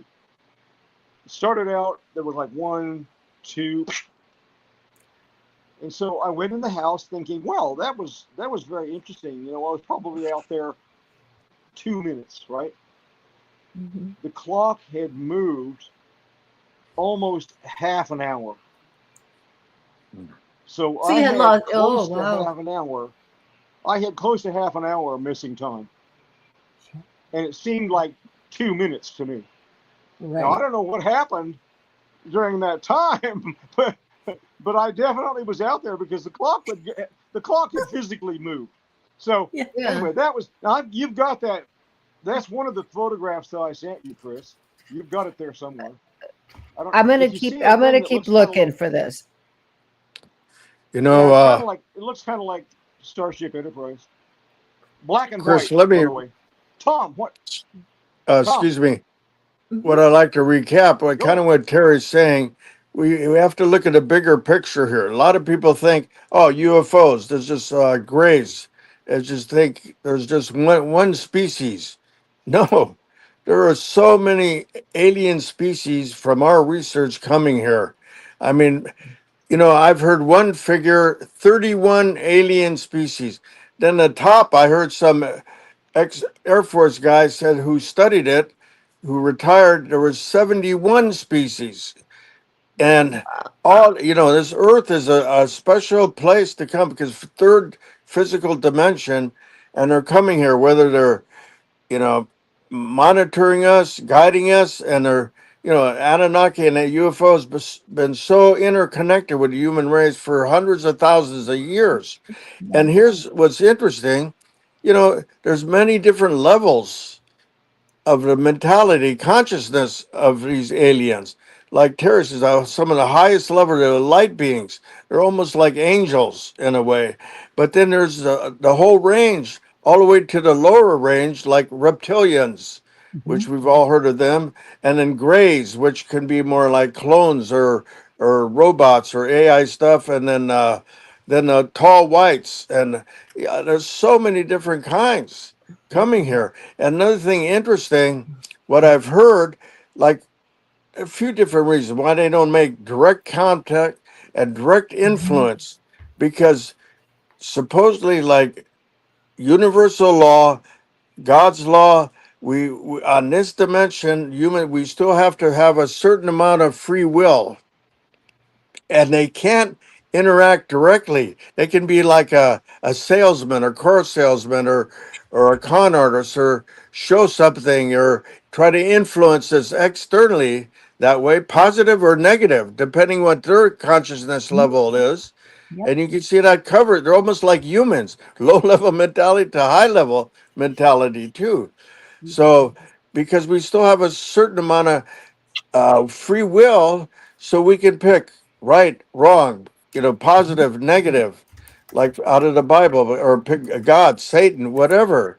We got to have that free will, even though most people are focused by habit and their subconscious mind anyway. And they have a lot of people have very little free will because they can't break away from that habitual program that we have.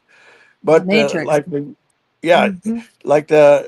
UFOs and aliens, they can't influence directly. What I've heard, and it makes sense like that. Well, Why they stay in a distance. Yeah.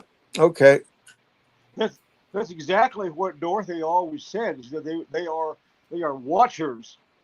She Yes. actually used the term watchers, which the Anunnaki have been referred to as before. Yes.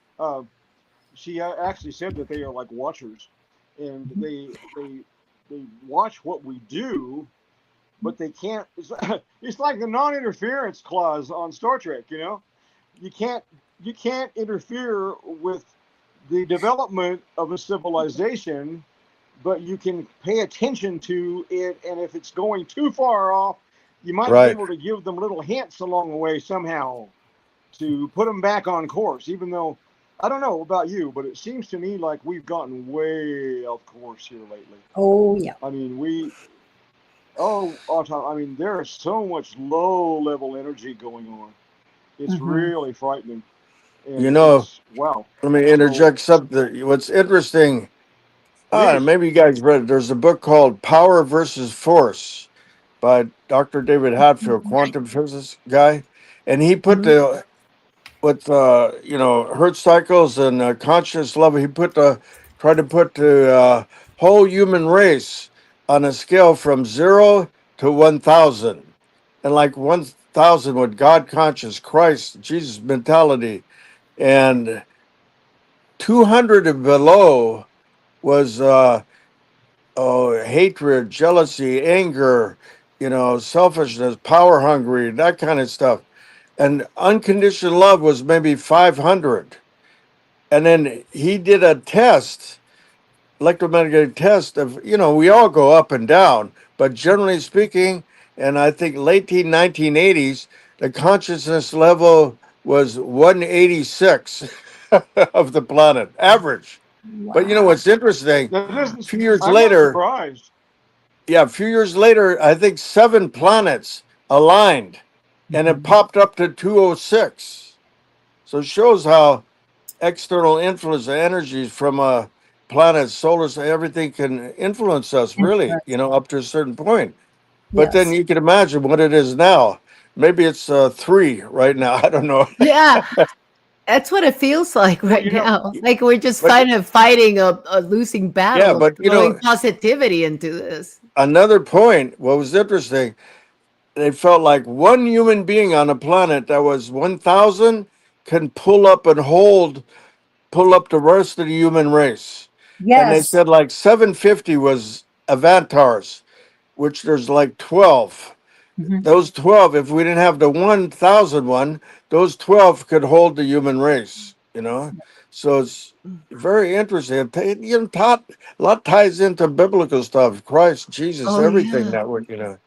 Yeah, very much. Well, I've been reading the Bible a lot lately because I'm like, this is wild to compare the symbology. Sorry, Terry. Right. Well, if you listen to Jesus's teachings, if you listen to any of the great masters, they all talk about the light. Yes. Jesus says, walk in the light.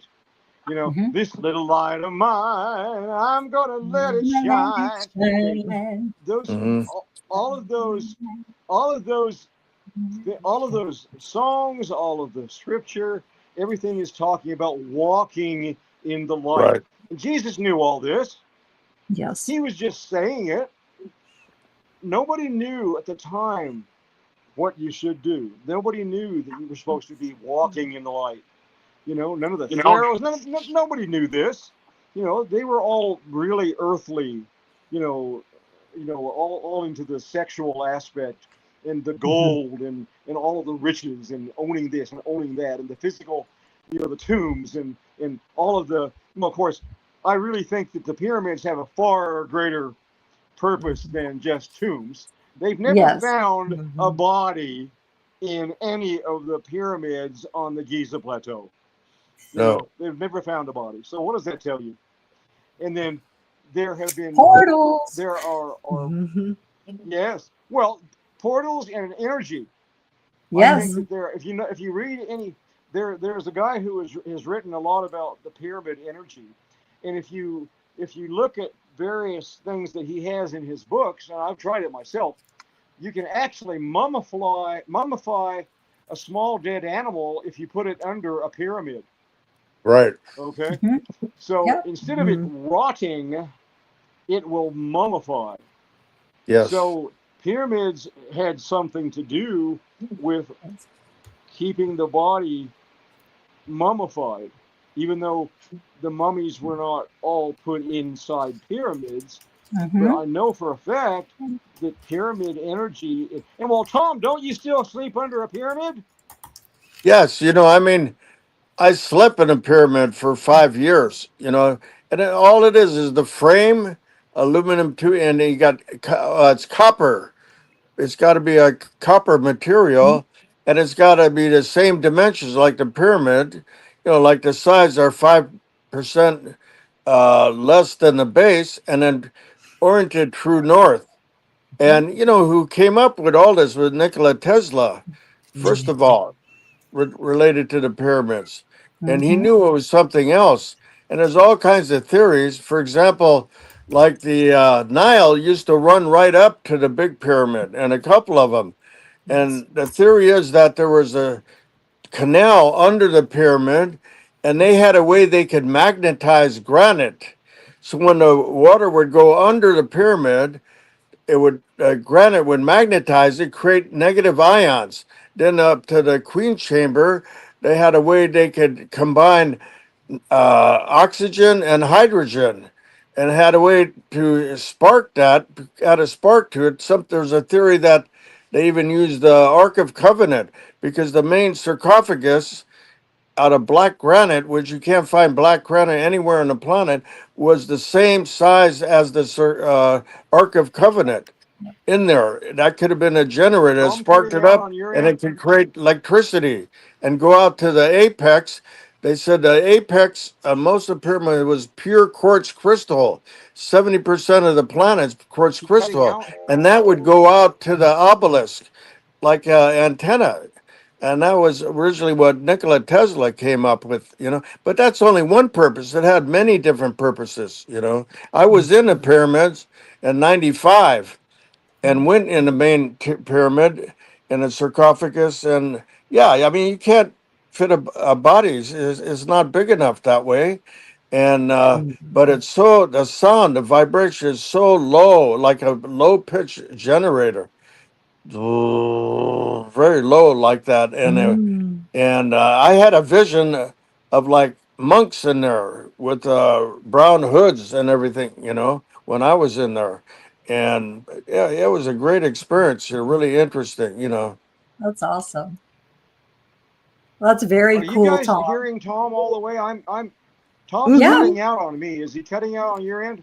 No, we can hear him. It might be your signal. We can hear you also. Yeah. Okay. Yeah. Can you hear us okay, Terry?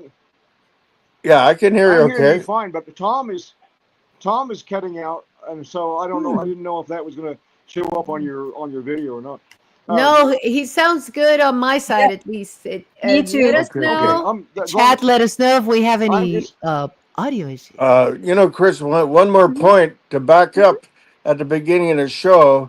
When Terry brought up, remote vision, remote viewing, when we were working with Dr. Spurney, Professor Spurney, in those days we called it psychometry, like reading energy. Yeah.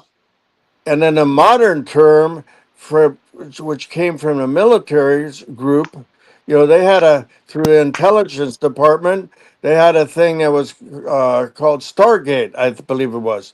And they were using a lot of sensitive people, training them to pick up on Russia's missile bases, do readings on different countries. And that's where remote viewing came from. Oh, okay. Yeah, you had John Alexander help put off all those guys from Project Stargate. And the question is, where has that gone? It's like, how did it go under even further after whatever they were doing? Because they've been doing that since forever. forever. Yes. Yes. And it's all documented. It's like, but Yes. people don't realize the power of the mind is so real. It is so real, and it's like our ancient civilizations had the playbook, and Yes. that got taken away from us for whatever reason. So, Well, because I believe it's because they were being assisted by other beings, and that's why it was taken away. Yes. Another point. I mean, there's things on record, like you're saying, Chris, with Eisenhower, I believe. There was like 5 or 6 hours that isn't documented. And supposedly he went to Wright Air Force Base or Patterson Base and Edwards Air Force Base. had a negotiation with the Greys. Yes. And what their negotiation was is that they wanted to be able to abduct certain people, astral bodies, and some physically that way, to do chromosomes, genes, and to develop hybrids and stuff. So the negotiators said, okay, you give us your technology and you can have that. So that's why a lot of abductions were very discreet in a way and covered up. And the military would try to cover up. And then the whole theory with Men in Black and all that stuff, they try to keep it suppressed so many years. But, they say like the government and technology wise can be 60, 70 years ahead of us civilians, Yeah, agreed. I believe he was in Palm Springs, and they took him up to Edwards Air Force Base. He was missing for quite some time. His granddaughter talks about that. Laura, His granddaughter Laura talks about him doing that. Huh? Laura Eisenhower. She talks. You've talked to her, right? I have. Yeah, she's incredible, and she's carrying on that legacy for people to know and understand what President Eisenhower actually saw, the things that he experienced and everything. And I love that Laura, his granddaughter, is bringing all of that to the table, because everybody needs to hear it. People have been lied to way too long, and it's time to bring it all out in the open and be real with people. Right. You bring up something that I might want to talk about for just a little bit right now. I don't know if you are aware, this is all documented. I had my secret clearance, and they were working on bringing it up higher to a higher crypto level. And at the time when I first began, I was carrying documents all over the place. I was carrying classified documents to all kinds of military bases, Air Force bases, naval vessels. I would go to San Diego. I would go everywhere. And as radical as it seems, one of my stops was Area 51. At that, it was Groom Lake at the time. It was part of the Air Force Base. And so I would have to go there, and I would try to get in and out as quickly as possible, because if I didn't get in and out really quickly, they would keep us locked down while they were doing experiments on the runway in the cafeteria, and I would have to stay there for 2 hours, and I wouldn't be able to get away. But one thing that happened there are a couple of different things that are going on. It was my job, after I moved up to a different stage in my employment, it was my job then to analyze footage that I was getting from NASA, I was getting from JPL, I was getting from ocean-going vessels. Let me see. Hang on 1 second. Elaine brought my generator. This is my frequency generator. Cool. Okay. Oh, cool. Very awesome. It's not plugged in, so you can't see the variations in the frequencies that I'm able to get. But that is one part of it. Hand me the other little booster, Elaine. It's got a booster. I'm going to put Terry right here. There we go. Thank you, Elaine. Show and tell. Thanks, Elaine. Thank you, Elaine. Elaine, the girls say thank you. Let me have that. Just hand it to me. This is what they call a stereo booster, and what this does is it boosts it out to various other. If I wanted to use an entire setup this is the little stereo booster that Okay. is with it.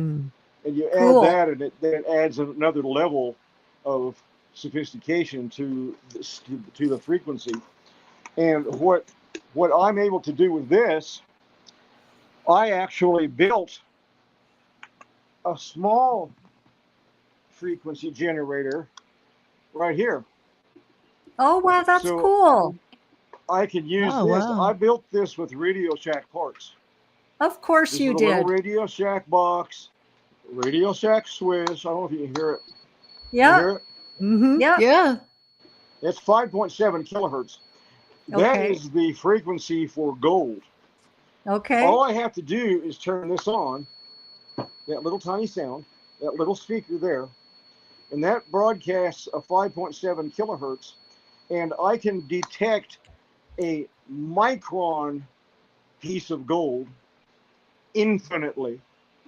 Wow. So you have to be careful if you're using, and what, as weird as it sounds, I can use a magnetometer or I can use my dowsing rods. My dowsing rods I'm very good with, and I can, when I walk between this little box and the gold, my dowsing rods cross. Yes. The minute I walk Oh, away wow. from that line, they open. So Terry, I just Yes. wanted to share, I use dowsing rods here on the property. So I'm on a 10-acre property in Tennessee, and I have Oh, some wow. massive energy portals on this property that the dowsing rods will be straight. And then when I turn to one of the very high vibrational portal pockets on the property, it just goes woo, like the dowsing rods just spin right around. So we've caught so many things on our game cameras. It is incredible the things that have come up on the game cameras in those spots. Well, you're getting, part of what you're getting is a total energy that is going to give you the swirling rods. Now, what I do with this little signal, yeah, yeah, with this little signal, that's only 5.7 kilohertz. In other words, right. What this allows me to do is discriminate. So I cut out all of the other frequencies for this 5.7 kilohertz. That then allows me to isolate the gold. So I can find the gold only. I'm not getting just any frequency. I'm getting the gold only. So what would be interesting for you to do, take your little device that you have, your frequency generator, and set that to a frequency, go out to one of these areas and note what the frequency is, and then see if you get the rods crossing between the area that you're looking at and the little generator. I'd be interested to see if you can narrow down the frequency you're getting instead of it just being random and getting the spinning, which is what you're getting. So well, sometimes, like when I get right into that big energy pocket, they'll go right around. But as I'm walking toward it, they just start moving in and then they'll cross, right? And then as I turn away from it, they uncross and come back out again. But there's 3 different pockets I've found, and one of them is by the fairy tree on the property where all the wild animals eat. And we've actually caught fairies coming out of the tree on the game cameras.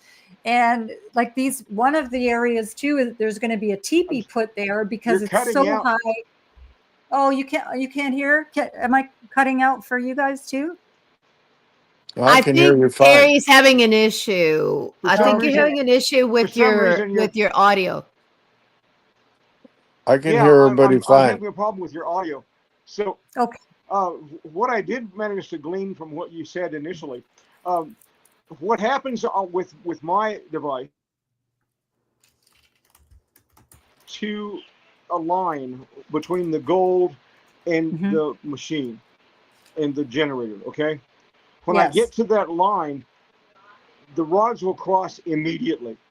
Right. Now, when I walk off the line, the rods will push apart. Right. Physically push apart. Yes. So that means I'm not there over that line anymore. Now, what happens if I go down the line? As I walk away, as far deep as the gold is in the ground, and as far away as I get, say if I get 3 feet away, and the rods push apart, I know that the gold is 3 feet deep. Right. I also know, based upon my experimentation with different sizes of gold, that I can count 1, 2, 3, 4, 5, 6, 7, 8, 9, 10. I will know exactly what size gold it is.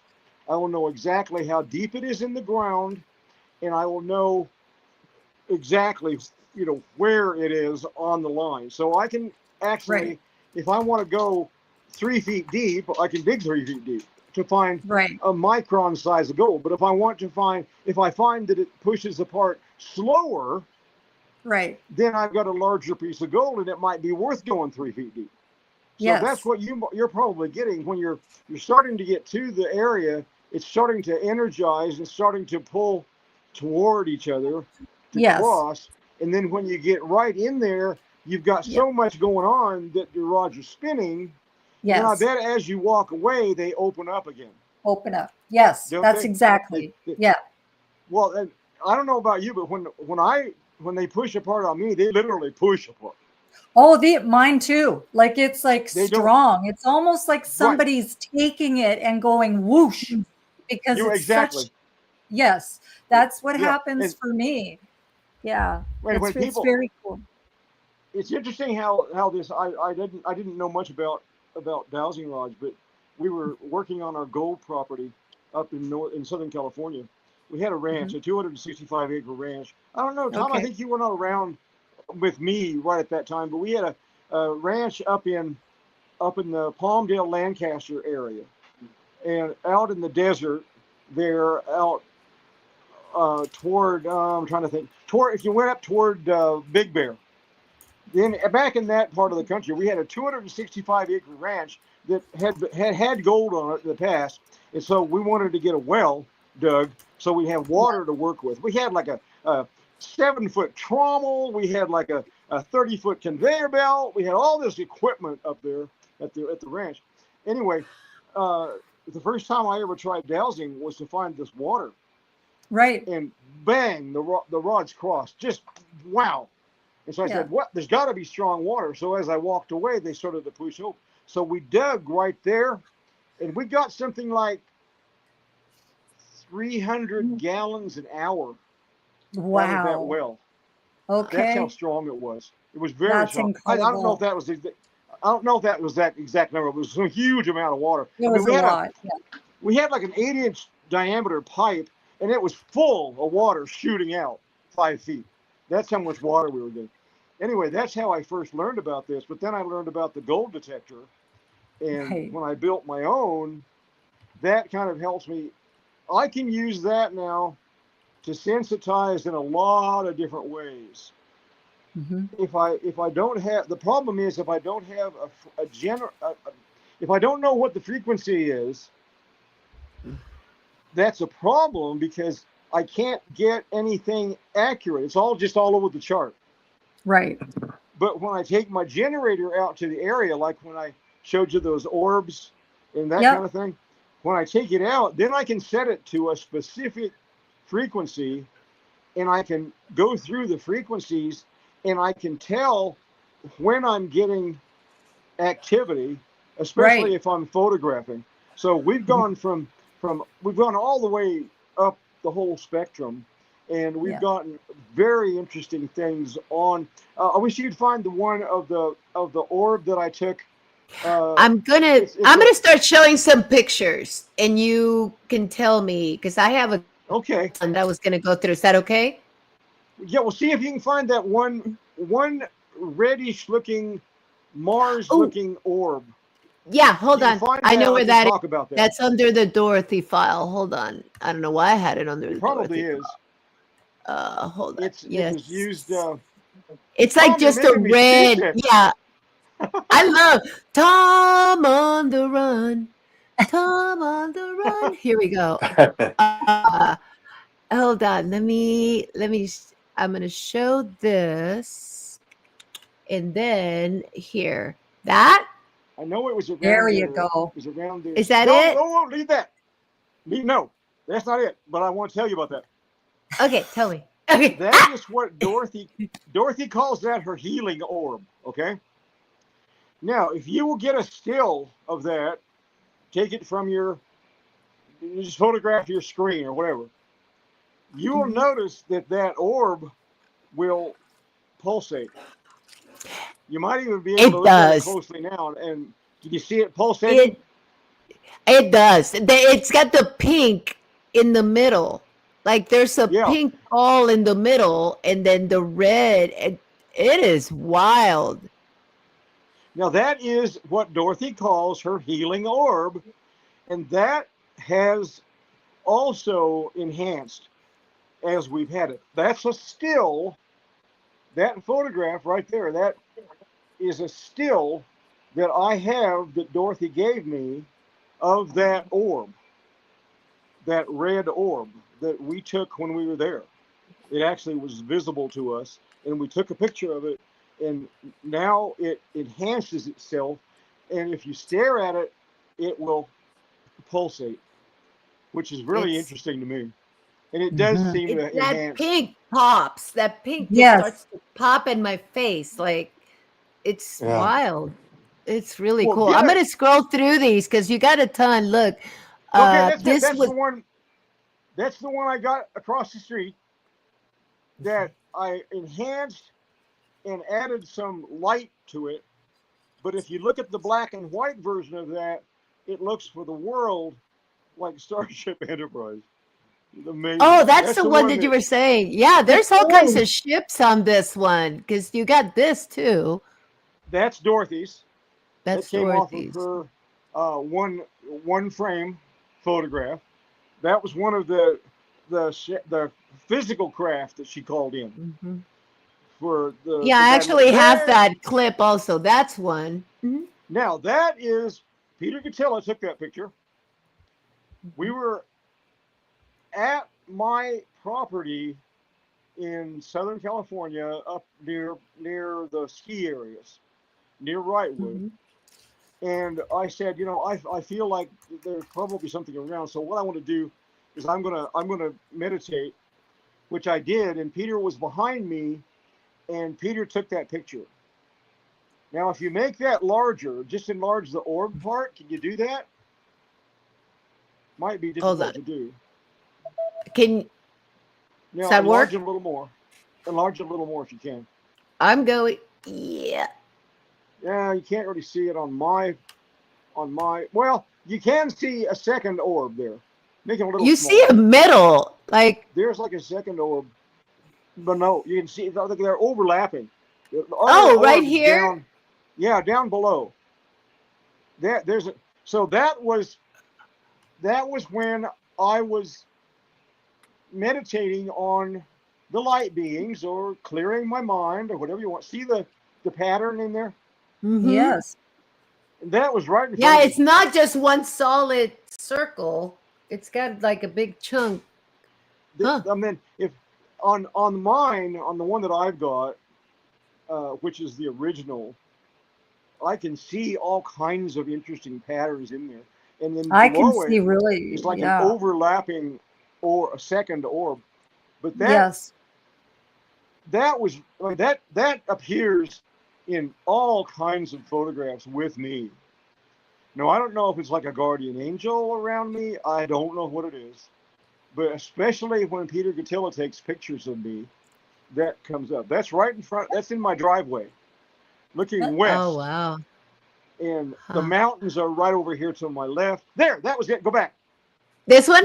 Yeah. That's what looked like. I figured we'd get there. Looked like Starship Enterprise. It does. Yes, it looks exactly like it. It really does. That's the one. I stood there and watched that thing for God knows how long. But then, like I said, it went like 1, 2, it was gone. It was out of sight completely. So that's another one of Nikki Noel's, which I think we really ought to see her stuff. That is one that I got daylight. I didn't know that anything was there. Wow. I had no idea anything was there. And I got this buzzing in my ear in the middle of the day. And I went outside and took a shot of what I thought was empty blue sky. And I came back in and enlarged it and enhanced it, and that's what I got. Awesome. Wow, these are amazing. Is this your place? What is this? No, that's not mine. That actually is Nikki Noel's, I believe. Nikki Noel's. We're gonna have to have Nikki Noel on. I need to talk to Nikki Noel. This is cool though. Well, Nikki is a really good friend of mine. When Nikki did not have her son with her, her grandparents had pulled some weird strings, and Nikki lost her son for a period of time, and so I found out about that, and Elaine and I began talking with Nikki, and we helped her over that spot. And I said, don't worry, intuitively, I feel like your son will be back. Sure enough, within 6 months, her son was back with her. Now she's much healthier. She manages a huge apartment complex now. That's Nikki's as well. But she's doing very well. So I told her that I was going to talk to you guys about having her on. So maybe we can get her to come on and share some of her stuff with you. I'm just going through. There was a ton of pictures that I didn't know what they were. So we're going to have to. This? You want to know what that is? Yes, please. Now, the guy that I was telling you about that worked with the one that did that new movie. I'm trying to what's his name? The filmmaker. James Fox. James Fox. You were talking about Fox. James Fox. This is when his cameraman David West and I were working with one of the people at Knott's Berry Farm to devise a ride for Knott's Berry Farm, and these were the concept pictures that I came up with. Right on. Of that ride. That's like the window of the ride looking out at a sea of dolphins around Atlantis. Nice. I think there are a bunch of them right nice. in that. Go look at the ones that are right next to that, because there are some more that are really cool. There was this one that has like, See, we got the little robot with hands. Yeah. I love the robot. The dolphin's carrying the shell. That's his communication device. That's cool. Is that a shell? What happens in this ride? You can see that's the window, and those are windows of the inside of this craft. And so what you do, you're looking out. It's like a magic motion ride. So you're looking out the window, and as you're looking out the window, your seats are moving. Like, makes you feel like you're actually on the craft. Go like the new Sphere. That's that one. Yeah, those are so awesome. That's very, there very be another cool. couple that are really cool. I think, oh, here. It's all right. We don't have to do them. That's the craft. See, you walk through on this dock, and you go in this door, and you can see the seats inside. And if you look inside this cavern where it is, there are all kinds of ancient Indian dwellings that are around it. What they do is when you get in the craft, it sounds like they're closing the door, and then you think you're moving, going underwater through this underwater cavern. So it's really a fun concept. They didn't go with it. Cool.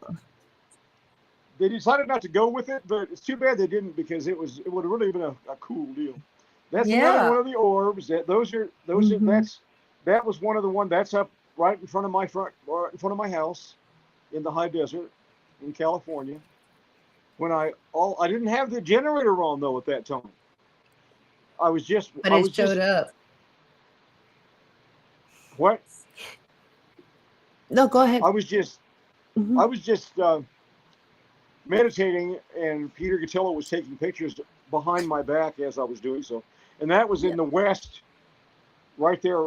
We didn't. Some of these things we didn't even see, but when we took the photographs, we got them. So there are a bunch of the orbs that we have photographs of that they were around. I had orbs around me all the time. Mm-hmm. I don't know what was going on at that time. We were kind of in that frequency level, we were kind of open to all of that happening. And so I was seeing orbs as well as photographing orbs all the time at that time. I don't see quite as many orbs, but I see more things like that starship, that Star Trek looking craft now. I don't know, explain that to me. But it makes me wonder, with everything that you... Go ahead. Sorry, Terry. Was what? No, go ahead, Terry. No, go ahead. You were starting to say...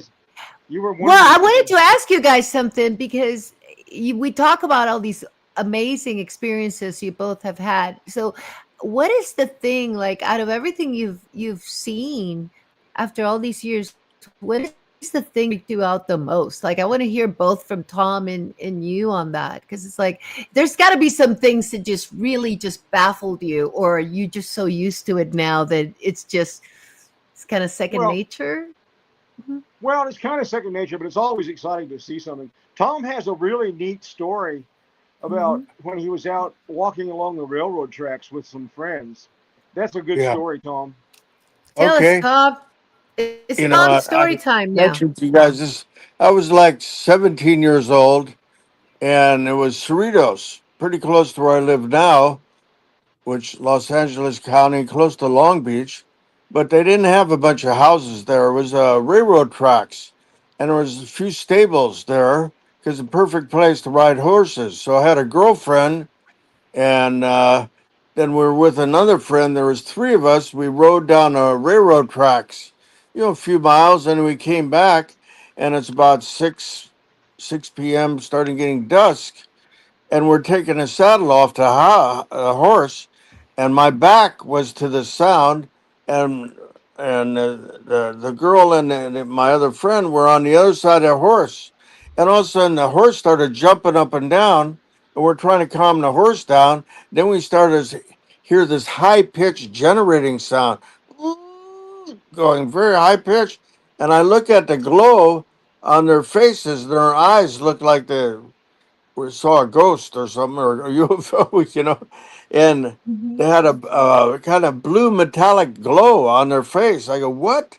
And I turn around, look around, and about 150 yards away, there was a big oak tree, and there was a huge UFO, huge, I'd say close to 100 yards in diameter, and it had a blue metallic glow, and was just glowing like a blue bolt gold, and making this generator sound, going, ooh, and all of a sudden I looked at it, and it had a glow like an aura around it, and all of a sudden it was there 30, 40 seconds, that we thought, and boom, just disappeared. And it wasn't like it accelerated.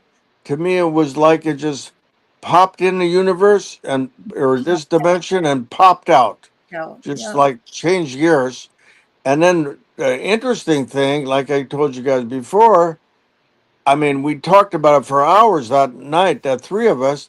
Then the next morning, most of us forgot, and it seemed more like a dream. Did that really happen? And then they forgot completely. I had to remind my friends, oh, yeah, and it started coming back. And then by the end of the week, all of us remembered everything completely. Nobody, neighbors heard anything. But then what's interesting, that I felt like a sense that UFO popping in, and that vibration or hertz cycles put out, it kind of warped time and space and our memories that way. So it's like it almost made us forget something, because it's a warped time and space. Like it seemed like 30, 40 seconds. Then later we looked at our watch, and it was like a few hours later. So it seemed like it was so quick, but then a lot of time went by. and it took us a week to remember the whole incident. So that was my first UFO experience. Hey, that's a really good one. That's awesome. I'm just curious. So you did lose time then because of the time warp. So Yes. do you have any recollections whatsoever of being taken aboard the ship or the frequencies? No, I don't have anything like that. And, I even try to do some hypnosis and take myself down and get people, but nothing came up. But, what they said, just because I don't remember, that doesn't mean that it didn't happen. Oh, it Still, definitely happened. It definitely happened. Yes. There's no way that didn't happen because you also had that time warp in there. And that's what I often will talk to people about and ask them how much time was missing. Like even Terry sharing earlier about that time warp. That this is a natural occurrence It that is. people don't think anything of because they just don't pay attention the That's way right. that we all need to, right? Exactly. So maybe they took me aboard and said, "Oh, we don't want this one. This is too much trouble." Threw me back. I doubt it. I doubt that. Yeah. Now, since you asked that question, as Tom is talking, I'm thinking of something that happened to Peter Gattilla, myself, my wife Elaine, Peter's wife Lizita, and Samara, who is one of our Violet Fire group that Tom knows very well. Yes. We were at Sycamore Flats campground. Actually, it was Big Rock, which is right next to Sycamore Flats. Right. And we had been working on the Dorothy Izatt material, and we knew that certain things occurred when the light beings were around, and so we all were going out and sensitizing that night. And we had my motor home, and we put our easy chairs out there at Big Rock, and we all kind of sensitized. I think Peter was standing up in front of me about 20 feet. So we sat there, and as we all got a chance to relax and to get into a meditation state, all of a sudden, now we're 20 miles from anything. No lights around. There may maybe some small lights way away, like 10 miles, little tiny lights at a campground, but nothing large. We're sitting there, and I'm leaning back in my easy chair so I can watch the stars better. All of a sudden, the entire campsite lit up. It was like somebody had shown a 10,000 candle power movie light, boom, and then it stopped. So it was like, and I could see where it came from. It came from orbit, I would guess, but probably not. It probably was closer than that. But it lit up the entire campground, literally. Well, if you're in a small room and you took a flash photograph, you know what that would look like. It would just. That's exactly what it appeared to be. Only it was kind of a white, hot light. It wasn't like a street light color. It wasn't like a house light color. It sounds like they took a screenshot. Okay. It's like they took a screenshot of you. Yeah. Exactly. Yeah. Well, yeah, you're right. Yeah, I see what you're saying. Yeah. Because I lose some of the audio once in a while, and so I have to figure out what you said. Yeah, it was like, somebody took a shot. But, there are, the film industry uses what they call arc lights. Yeah. Those arc lights they're like a welding rod in a light, and it burns away this rod as it illuminates the scene. So you have to change the rod inside the light after it's been used for a while. Okay. So you have to change your arc lights. Okay. This was like an arc light. like a welding arc Right. that you see when you're not supposed to look at them, but if you were to look at an arc welder, that's what it would look like. Anyway, that just occurred. Bang. Then at that same spot, a couple of 3 years earlier, there was Bobby Slade, who wrote the book Bigfoot. There was Peter Gatilla. There was myself. There were a couple of the guys. If you notice, Chris, there's a picture that I sent you with 3 young guys standing with a cutout of a the Bigfoot. Mm-hmm. Okay. Those are the 3 guys that I brought to Bobby Slate, and then she wrote the book, didn't even bother to thank me, but those guys are the guys that we were with that night. And I'm going to show it here. Hold on. Let me show you. Yeah, you can. That one? Anyway, that one, that's Willie Romerman, Richard Engel.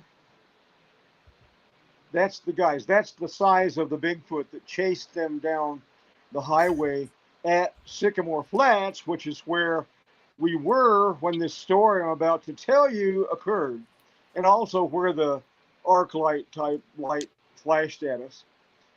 So we were standing there, and we were listening and recording or doing whatever we could do to sensitize.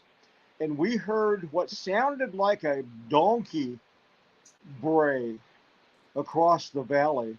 It was like a only it was like a donkey without the hee-haw. It was like that sound.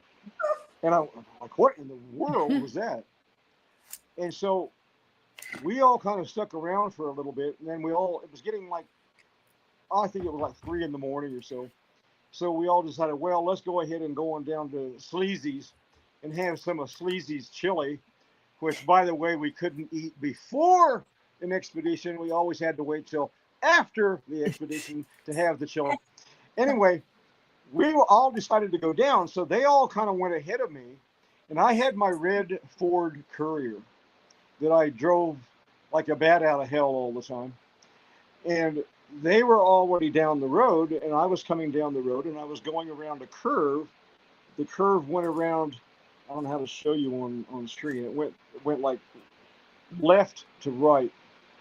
And I'm coming around the curve left to right. And as I did, my lights shined on a creature standing behind a bush. This bush, I went back later, was 6 feet 7 inches tall or something. This thing was 3 feet above the top of this bush. That thing leaped across a 2-lane highway in one jump, hit the ground on the other side, went down over a 15-foot bank, ran across 100 yards of Boulder Stream Valley, straight up a 45-degree angle embankment, and off toward a place called Devil's Punchbowl, which there have been a lot of Bigfoot sightings at. So that occurred, and then if you're familiar at all with Bigfoot lore, you might know the name John Green. John Green is one of the foremost Bigfoot explorers ever. He was a journalist up in Harrison Hot Springs, British Columbia, that I dealt with and talked with for years and years. Anyway, John wrote me up in Apes Among Us and Track of the Sasquatch. So I've got the books. I've got Apes Among Us. Steven Spielberg has Track of the Sasquatch because I loaned it to him for Harry and the Hendersons. Those are the books that you see in Harry and the Hendersons in that one scene, and I haven't ever gotten them back. Hey, Steven, I want my books. Spielberg, Anyway, return Terry's books, Spielberg. Yeah, I need my books. Anyway, I got written up in those for that particular experience that I'm just telling you about. Talking about experiences over the years that stand out in our minds, that has to be the one. You know, it's like, cool. That's it for you. But Tom was out with us on so many expeditions where we went with like Andy Stone up at the lake, Yeah. Palmdale Lake, there Lancaster, Lake Lancaster. We were up in Hemet, at Lake Hemet, where there had been sightings. We were all over that whole area, and there were things like we heard voices. I know it sounds crazy, but we're not hearing voices ordinarily. But in this one area around Hemet, there were these stones that I swear to God, we were hearing voices from these 4-foot diameter stones. It's like, holy crap. And then Tom and I were out one time at El Mirage Dry Lake. Remember this, Tom? Yeah. We were out looking for UFOs and Bigfoot, and I walked over Right. to this giant rock, like 6 foot in diameter. I laid my hands on the rock and just burst into tears. Really? Stood there. I must have stood there and bawled for 5 minutes. Finally, Tom came over and rubbed my back and got me feeling better. And then we all You had to give him a hug, Tom. Yes. Yeah, I actually, remember. I just wanted a back rub. That's what it was all about. Anyway, so they got me to stop crying. Then we went back to the cars, and it took me about probably a good half an hour or 45 minutes to recover from that. Now, Right. explain that to me. I don't know. Something was talking to me. Energy. Yeah. You know, so I'm sure Tom's got a bunch of those too. Elaine? Yeah, I'm trying to get you Elaine. remind me of another. I want her to give me my dowsing rods because if I have those, I want to try an experiment with you. Yeah, well, Elaine, one thing about dowsing rods, more for the audience knowledge, is that as we know, the Earth has electromagnetic field, lead lines, telluric lines, and they all interconnect. And that's what creates portals. Sometimes the portals are very positive, like Sedona, sometimes very negative, like Skinwalker Ranch or something, And it depends what we'll experience in that portal, because that creates a certain vibration. And sometimes those portals can connect to other dimensions, because they say we have like 11 parallel dimensions, and those dimensions can be higher level vibration or lower level. So a lot of weird entities and cryptids sometimes slip through here from other dimensions. Yeah. So a lot of the pyramids and churches in England and Stonehenge, everything were built on those telluric lines, on those energy lines, because the ancients knew that with the aliens, so they could get that magnetic field, that positive part to that. So like when you guys and dowsing, you're picking up on those lead lines and magnetic fields. And then we used if we're looking like a terror for water or gold, we have that in our consciousness. That's our intention. And because we're like the fulcrum, we're intuitive. And the dowsing rod is just an extension of us. It's like our subconscious impulses that we pick up intuitively. Bam, that makes it go down. Or if we got a pendulum, going to right or left, or it's picking up energy too.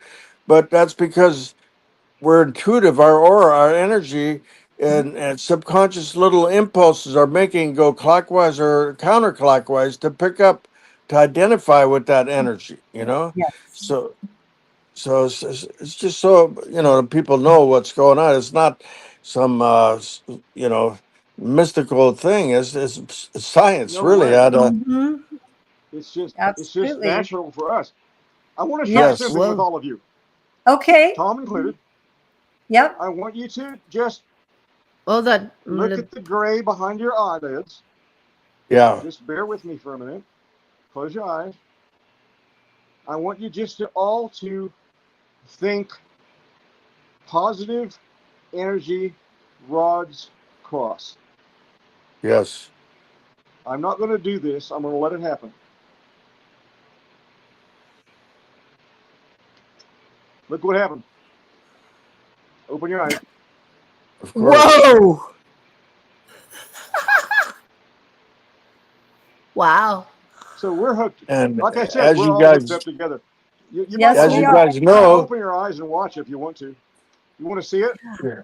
Watch. yeah, I have to hold them with my thumb because they actually are so strong. They'll just Okay. go all the same. Think the same thoughts that you thought a minute ago. Yep, just with eyes open. yeah. Did you see? Yep. It's This one awesome. went first, and the other one. Yep. Now I wasn't. So I wasn't causing that. Okay. Oh, I know We- you're I don't not. cause No. the rods We to know. cross. I don't like to do that. Oh, I Terry, want it to be natural. we You don't can't like to make mess this with that stuff up. stuff. Yeah. Mhm. We can't make it up. It's No. you just can't. It is what it is, and it's incredible. Well, and Yeah. those aren't, by the way, those aren't the rods that I ordinarily use are much smaller, much more easy to handle. Those are the ones that I got from someone that I don't really like to use because you can't control. Mine I have are solid brass rods. Right. So I'm able to hold them with my little finger Mm-hmm. and up here. Is that how you do it? Do you I hold do them with it your with- little finger? I do with my thumb and my pointer. So I hold it like this, and so See? they'll be straight Try- like this, just with my pointer and my thumb. You might want to So try grabbing the bottom part of the L rod with your little finger like this. Yeah. See my little finger? Yeah. And then just put your other finger, let it lay on top of your finger there. Okay. So you've got it with your little finger and it's laying there so you can kind of halfway control. It doesn't just flop. Right. Then it will give you a little more control over it, and it'll actually move when it's supposed to, but it won't just run all over the place. So your little finger and let it lay on top of your index. Just try it. Okay. You see how it works. Yeah. Anyway, Absolutely. enough of No, that. that's awesome. Thank you. Show and tell, I can tell, everybody. Show and tell.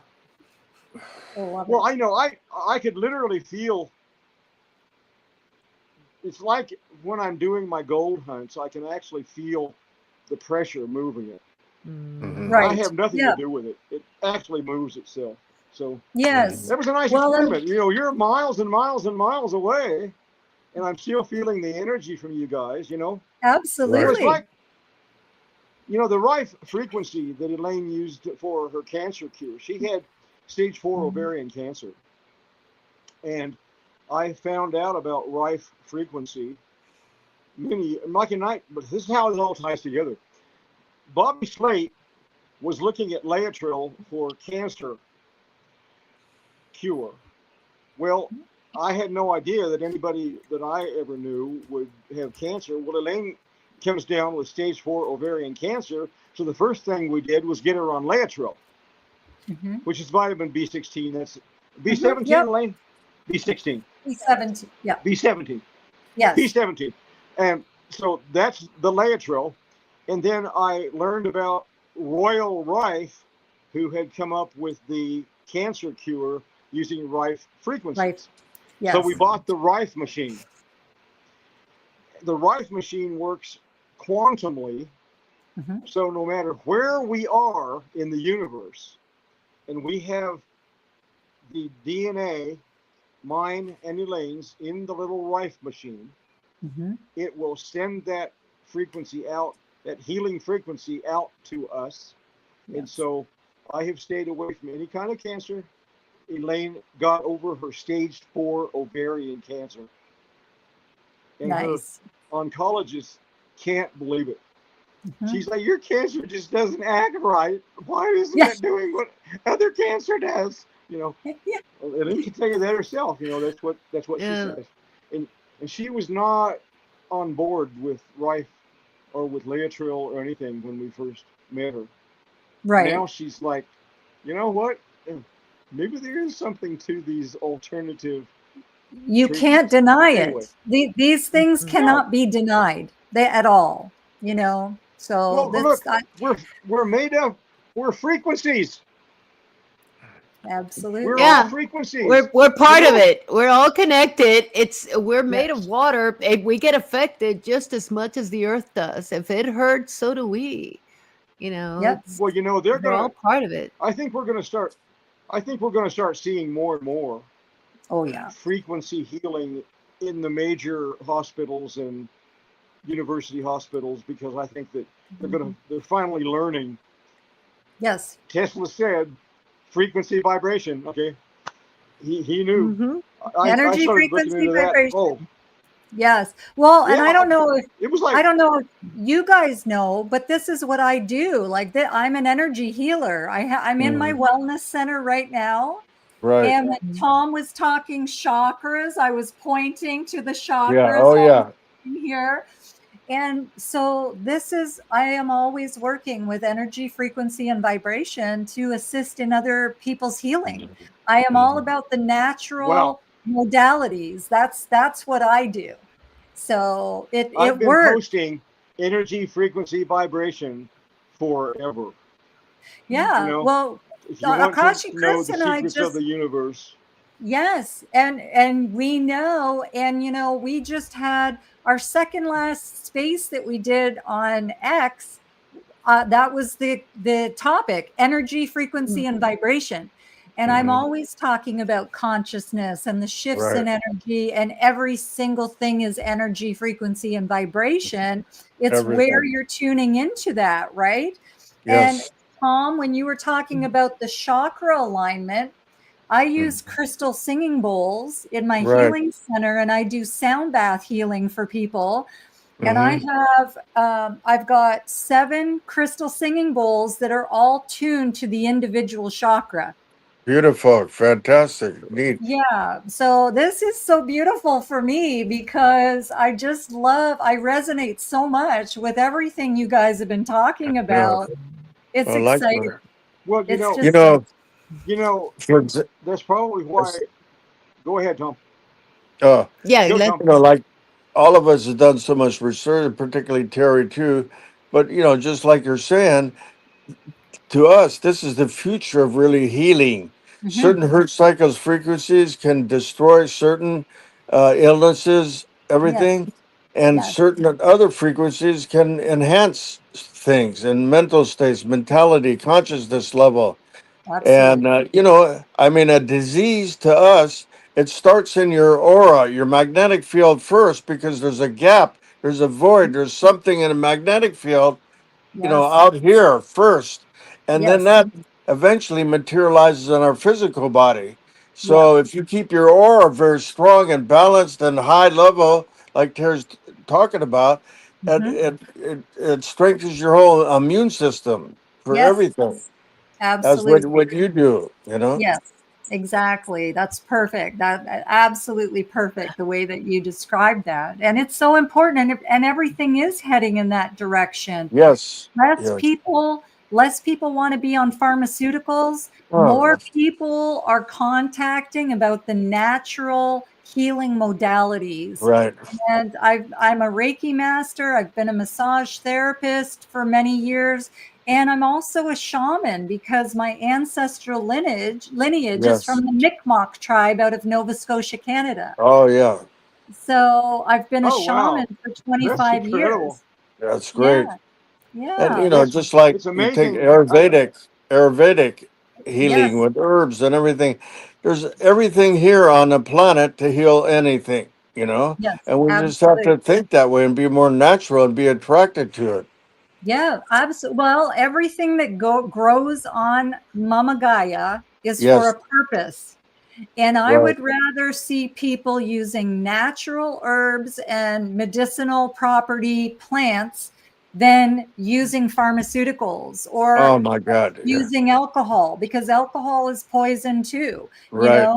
So if we stop putting the poisons in our body, we can get rid of the poisons we have put in there naturally. I do this thing called the ionic foot bath. It's a detox. And it removes all the heavy metals out of the body, any blood clots, and it just restores everything back to the natural way of being. Yes. And then, there's a whole nother dimension of that where they have found with certain testing that we can get certain illnesses and weak genes from previous generations, Absolutely. up to 25 generations before us, that can be carried on.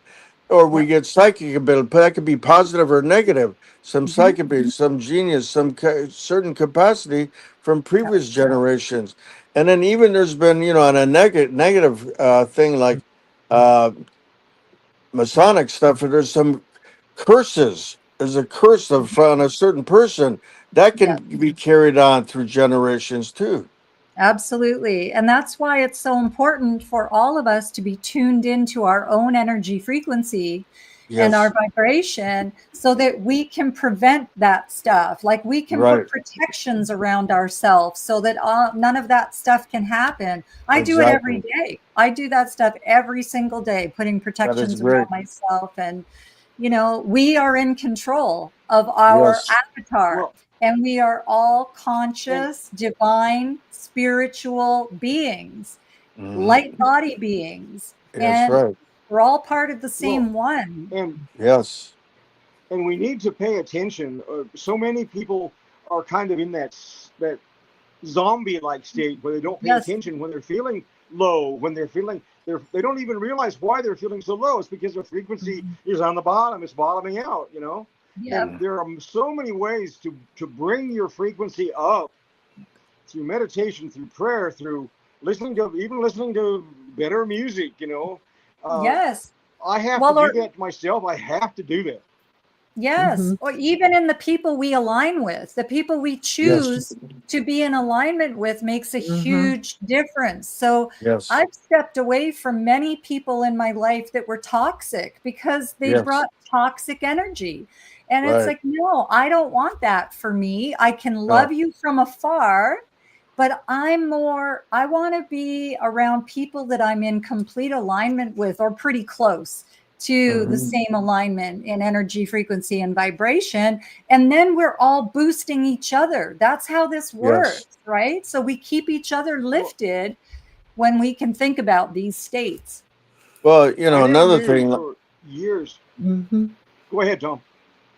Oh, Tom. What it ties into, like you're saying, sometimes you can have a lot of high-level spiritual people, that frequency in a certain city, and that can alter like a catastrophe sometimes. You remember the one guru Maharishi or something? What he was doing, he'd take his group and they have it tested scientific on record. They'd go to a certain city and they get together and pray and pray a certain amount, and then within a certain period of time the crime would go down.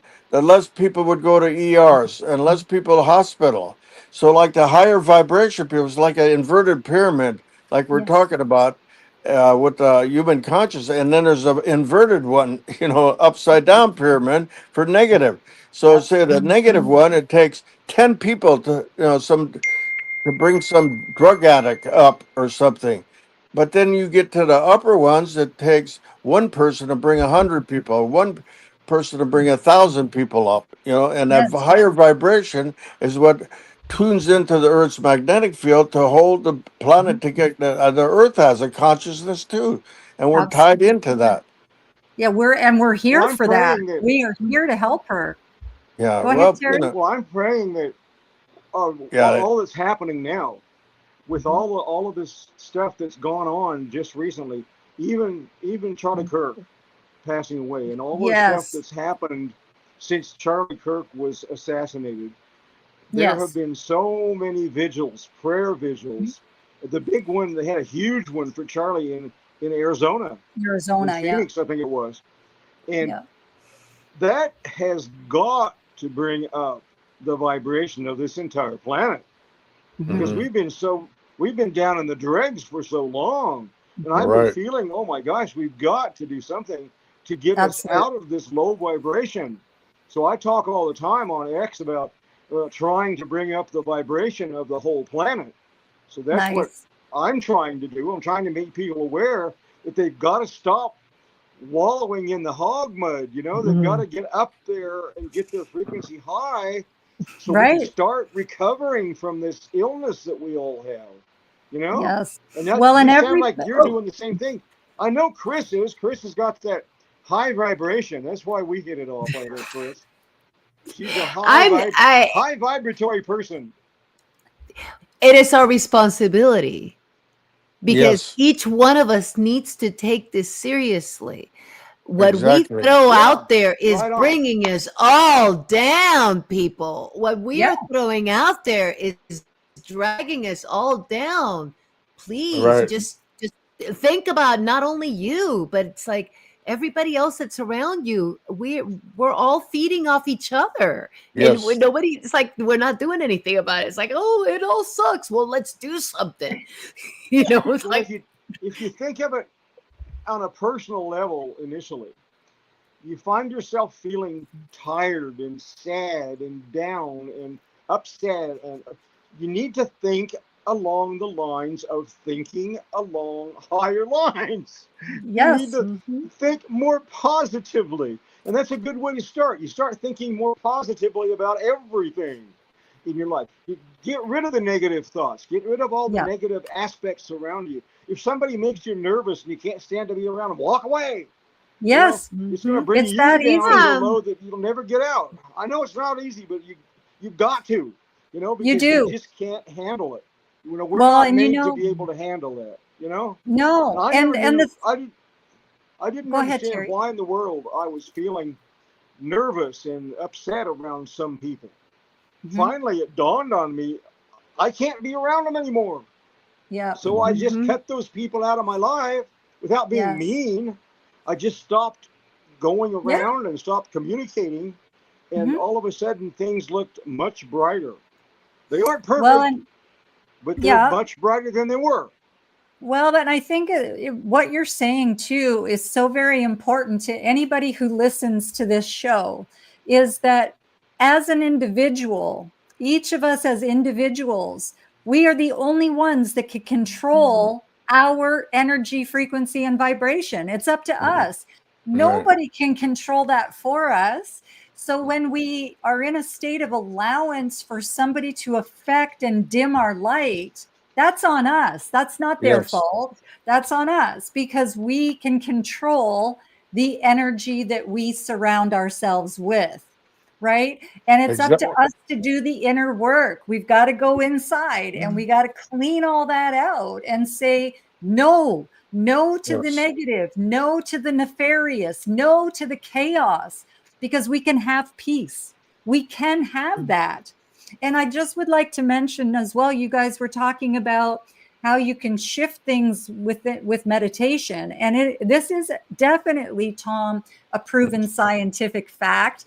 Because I work with a group and I do these global meditations. When I get a message through saying that there's something going on the planet that needs assistance, if it's a weather anomaly or whatever that looks like, I gather this group of people. We all focus at the same time on the same day on the exact same thing. And the next thing you know, you hear the weather people saying, wait a second. I can't believe what I'm seeing, but this storm has completely redirected back into the ocean and it's not going to hit land. I know. It happens. It does. We have that power. That's right. Us, you know, we really do. And I want everybody to know that. Well, you know, I want everybody. Here's another point. I was working on intention. My intention, it's the only thing I can really work on, is my intention. Right. So I was doing some study and I learned something about putting your intention into a cleansing of something. So I thought, you know what? I'm going to put my attention into the turtle tank. I'm going to clear up that water in the turtle tank. Well, what I do is I use a little pendulum, which I think is right here. Yeah, it's right here. I use a little pendulum which helps me to get my intentions in line. I can use this. I don't use this as some kind of weird, you know, supernatural thing. I use it simply because I cause this to do whatever it does. Right. Okay? If it swings, yes, I cause it. If it swings, no, it's my intuition that causes it. Okay, it's not some supernatural thing. Our in our minute movements cause it to move in a yes or a no or whatever it does. Anyway, I focus my intention using this pendulum because it allows me something to focus on, right? Right. I cleaned up the fish tank, the turtle tank. I actually got the water to clean 1 hour's work. I said to Elaine, look at the turtle tank. And she goes, oh my gosh, it is clean. Now, I haven't done that for quite some time. I haven't worked on this. But I found out that when I was doing that, I could actually do that. So imagine what you can do when you put your intention toward bringing in a better cash flow, towards raising your vibration, towards bringing friends that are going to support you around you, that kind of thing, or to get right with God, whatever your intention is, you can actually do something. You can do the work if you're willing to take the time to do the work, and you can affect things all around you, maybe universally. Absolutely. You know what I'm saying? Absolutely. And we're all, Goes along as with what human you're saying. beings, we are all master manifestors, and we all need to. We're master manifestors. Can you hear that, Hello? Terry? Yes.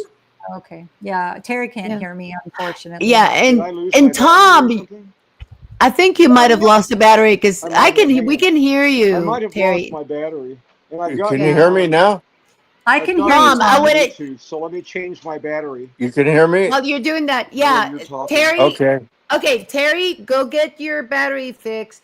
We're Tom, gonna you start were gonna wrapping say it up. I something. want to hear Tom. Yeah, Yeah. we're gonna start wrapping it up here soon, but I want to Okay. get some. Okay. No, but Tom, I want to get your thoughts on all this Okay. because I really see one more thing. I really see that maybe you and Marley and Sati can I'll let Elaine change like my do battery some for me, healing based Yes. She can topics get it done quickly. that we had not talked about. Yeah, And it dawned on me, we're gonna have a I'm not Bigfoot hearing show. them. I want to have a Hollywood show. I really want to battery went have down.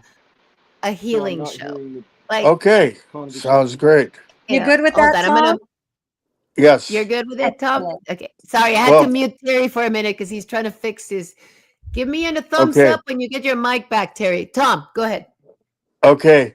You know, what all you guys talking about, a simple thing for the audience, what we can do is just be kind to other people. You know, you do favors, go out of your way to do something nice for somebody, even to open a door, say something nice, positive to other people. You know, if somebody says something negative to you, most people's they want to defend themselves and start arguing. Well, I did this. You know, just say, "Oh, I'm sorry you feel that way." You know, I mean, you don't combat it. You know, even though my whole mastery and practice is warrior stuff, but it's more peace to create a peaceful vibration through that path. And by opening a door for somebody, doing something nice, saying something positive about other people, you uplift, you compliment other people, and that raises their vibration.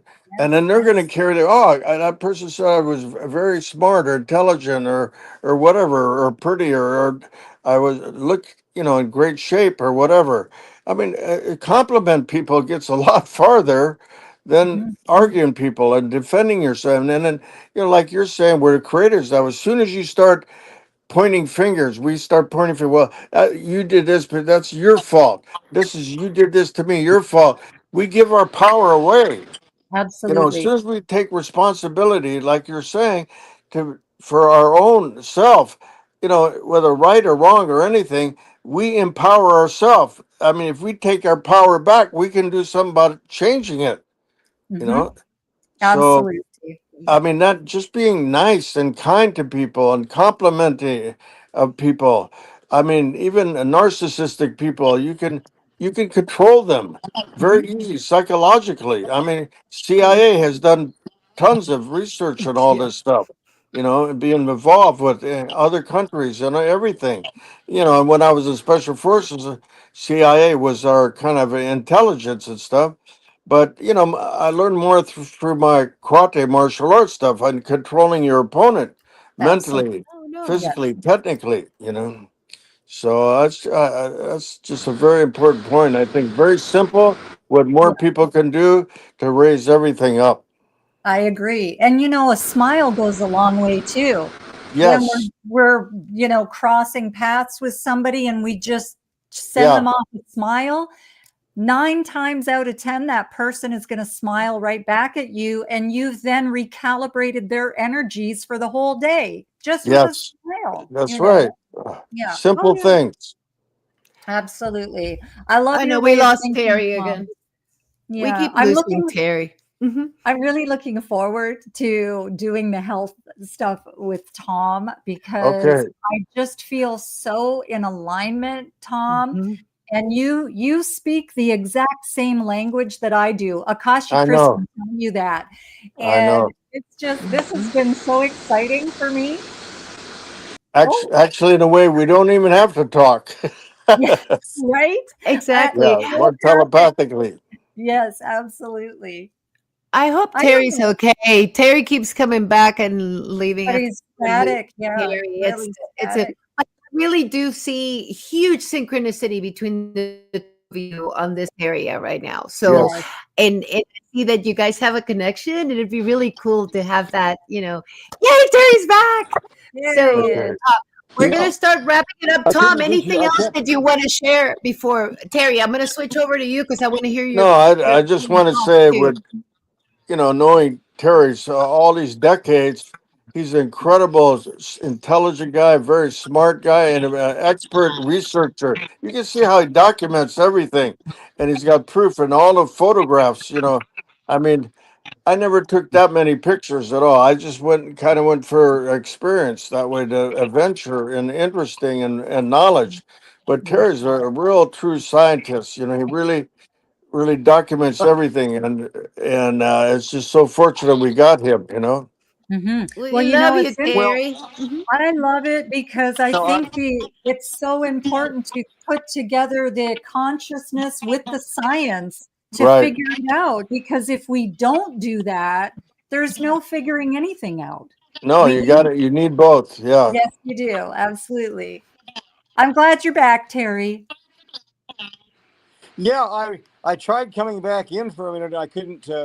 I kept hitting enter the studio and it wouldn't let me come in. So I had to do it about 3 times and it finally let me in. Anyway. Yeah, I was letting you in. You were popping up, but then you were leaving. So we're good. You're back. Thank goodness Elaine was here. I still haven't really got an earphone, but I can hear you just through the microphone speakers on the iPhone. Yeah.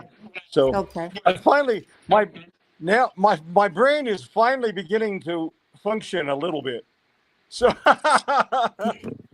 well, we want to hear me your an hour parting to get my brain thoughts. functioning. Anyway. Oh, you've been functioning the whole time, Terry. I was You're gonna awesome. say there is You're on fire. Nothing wrong with your brain, Terry. So give us your parting thoughts for the night, Terry. Like whether it's ufology, whether it's how we should treat each other, whatever you want to, get out there. Share, Well, I think that we've hit a lot of the points that I've always thought were very important about frequency, vibration, keeping your frequency high. I always have to go back to let your little light shine, because a dirty light bulb can't shine very brightly. So I try to keep my frequency high. That was definitely Dorothy's message to all of us, in all that she studied and learned about, and all that the light beings always talked to her about and tried to teach her. They were trying to teach her a new language. They were teaching her about philosophy. They were teaching her about history, about how we fit into everything, how we fit into the universe, how we're all part of each other. And that basically, I just want to put forward that idea that we all need to do that, especially where this planet has been lately. Our frequency has been so low that just terrible things have been happening.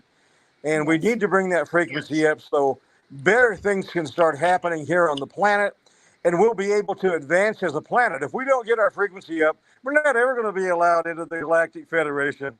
You know, they're just going to keep looking at us as the hogs on the They're going to be like, and we're no. not going to be able to get into that. So let's all work together, and I'll leave you with that thought. Let's just get the frequency up, people. Absolutely. Great advice. That is perfect. Great advice. So, okay.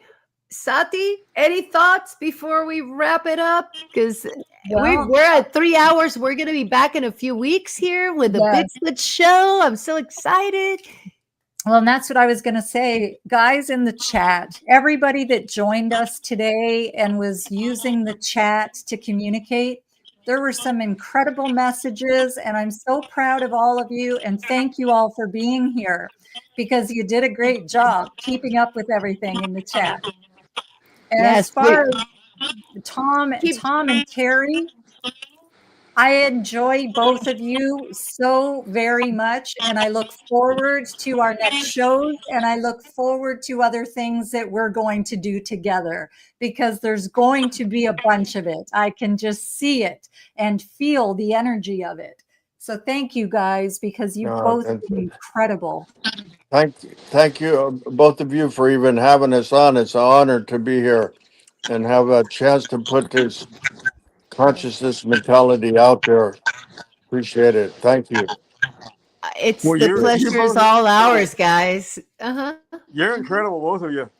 You know, I hope we didn't let you down. Oh my gosh. No, not at all. Kidding? This has been so much fun. Okay. Can I just say one quick thing? Sorry, Akashi, but I need to say, because of what Terry just said, we never go 3 hours, Terry. So you guys have been incredible, because we've kept this going an hour longer than we normally do, because you guys are so incredibly interesting. And I don't know if you saw me, but I was like so encapsulated with everything you guys are sharing. So it's been an honor for me, for sure, for you both to be here with us. Honor for both of us too. Thank you, and we look forward to future shows. Yes, absolutely. Tom, me too. I want to go ahead, Terry. I'll be talking to you, Tom. Okay, yeah, we'll keep in touch. Yeah, so hold on a second, because I'm going to sign off, but I want to talk to you guys real quick on the green room. So just don't go away. What were you going to say, Terry? Oh, I just wanted to tell you, let's keep communicating, even though we're not working on a show, because there are things that we can figure out about how to do the next things we're going to do. So I think we should kind of keep in production as we're not on the show, but absolutely. We are going for that. Yeah, just because there's so much to the Bigfoot stuff, the UFO stuff, the secret clearance stuff that I was working on. That's so much like what we're seeing now. There's just too many subjects. So talk to us, Trish. We'll see you later. Don't take off. Don't leave. So we're going to put you guys backstage, and we're going to play the outro. And you guys, real quick to chat, thank you guys so much. I'm going to mute you real quick, Terry, because we got an echo. There we go. So we got Nino and Diane and Prince Edward County, and 360 was here. And let's see, Raph, and Raph. Marcel was here. So we've had so many good friends. Aaron. We've had so many people dropping in, and Makeup and Sons, XJ. Just thank you guys so much, because we get so enthralled with our guests that sometimes it's hard to keep up with the chat, but we have been watching. Oh, and of course, Curious George, one of the first ones that was here. Georgie. Absolutely. So, okay, well, I love you guys. So we're going to go ahead and play us off with our outro, and I'll talk to you guys here in a minute. Let me go ahead and play that off. And you guys, thank you so much for everybody out there watching. like, subscribe, share. Please leave a comment. Let us know if we're doing okay and what else you want to hear, because we're going to have these guys back to talk about some really cool subjects. So it's not over, my friends. So here we go. I'm going to play us off. Love you guys so much. If I can find my videos, maybe I could play us off. Here we go. I'm going. We're going. Here we go. Peace.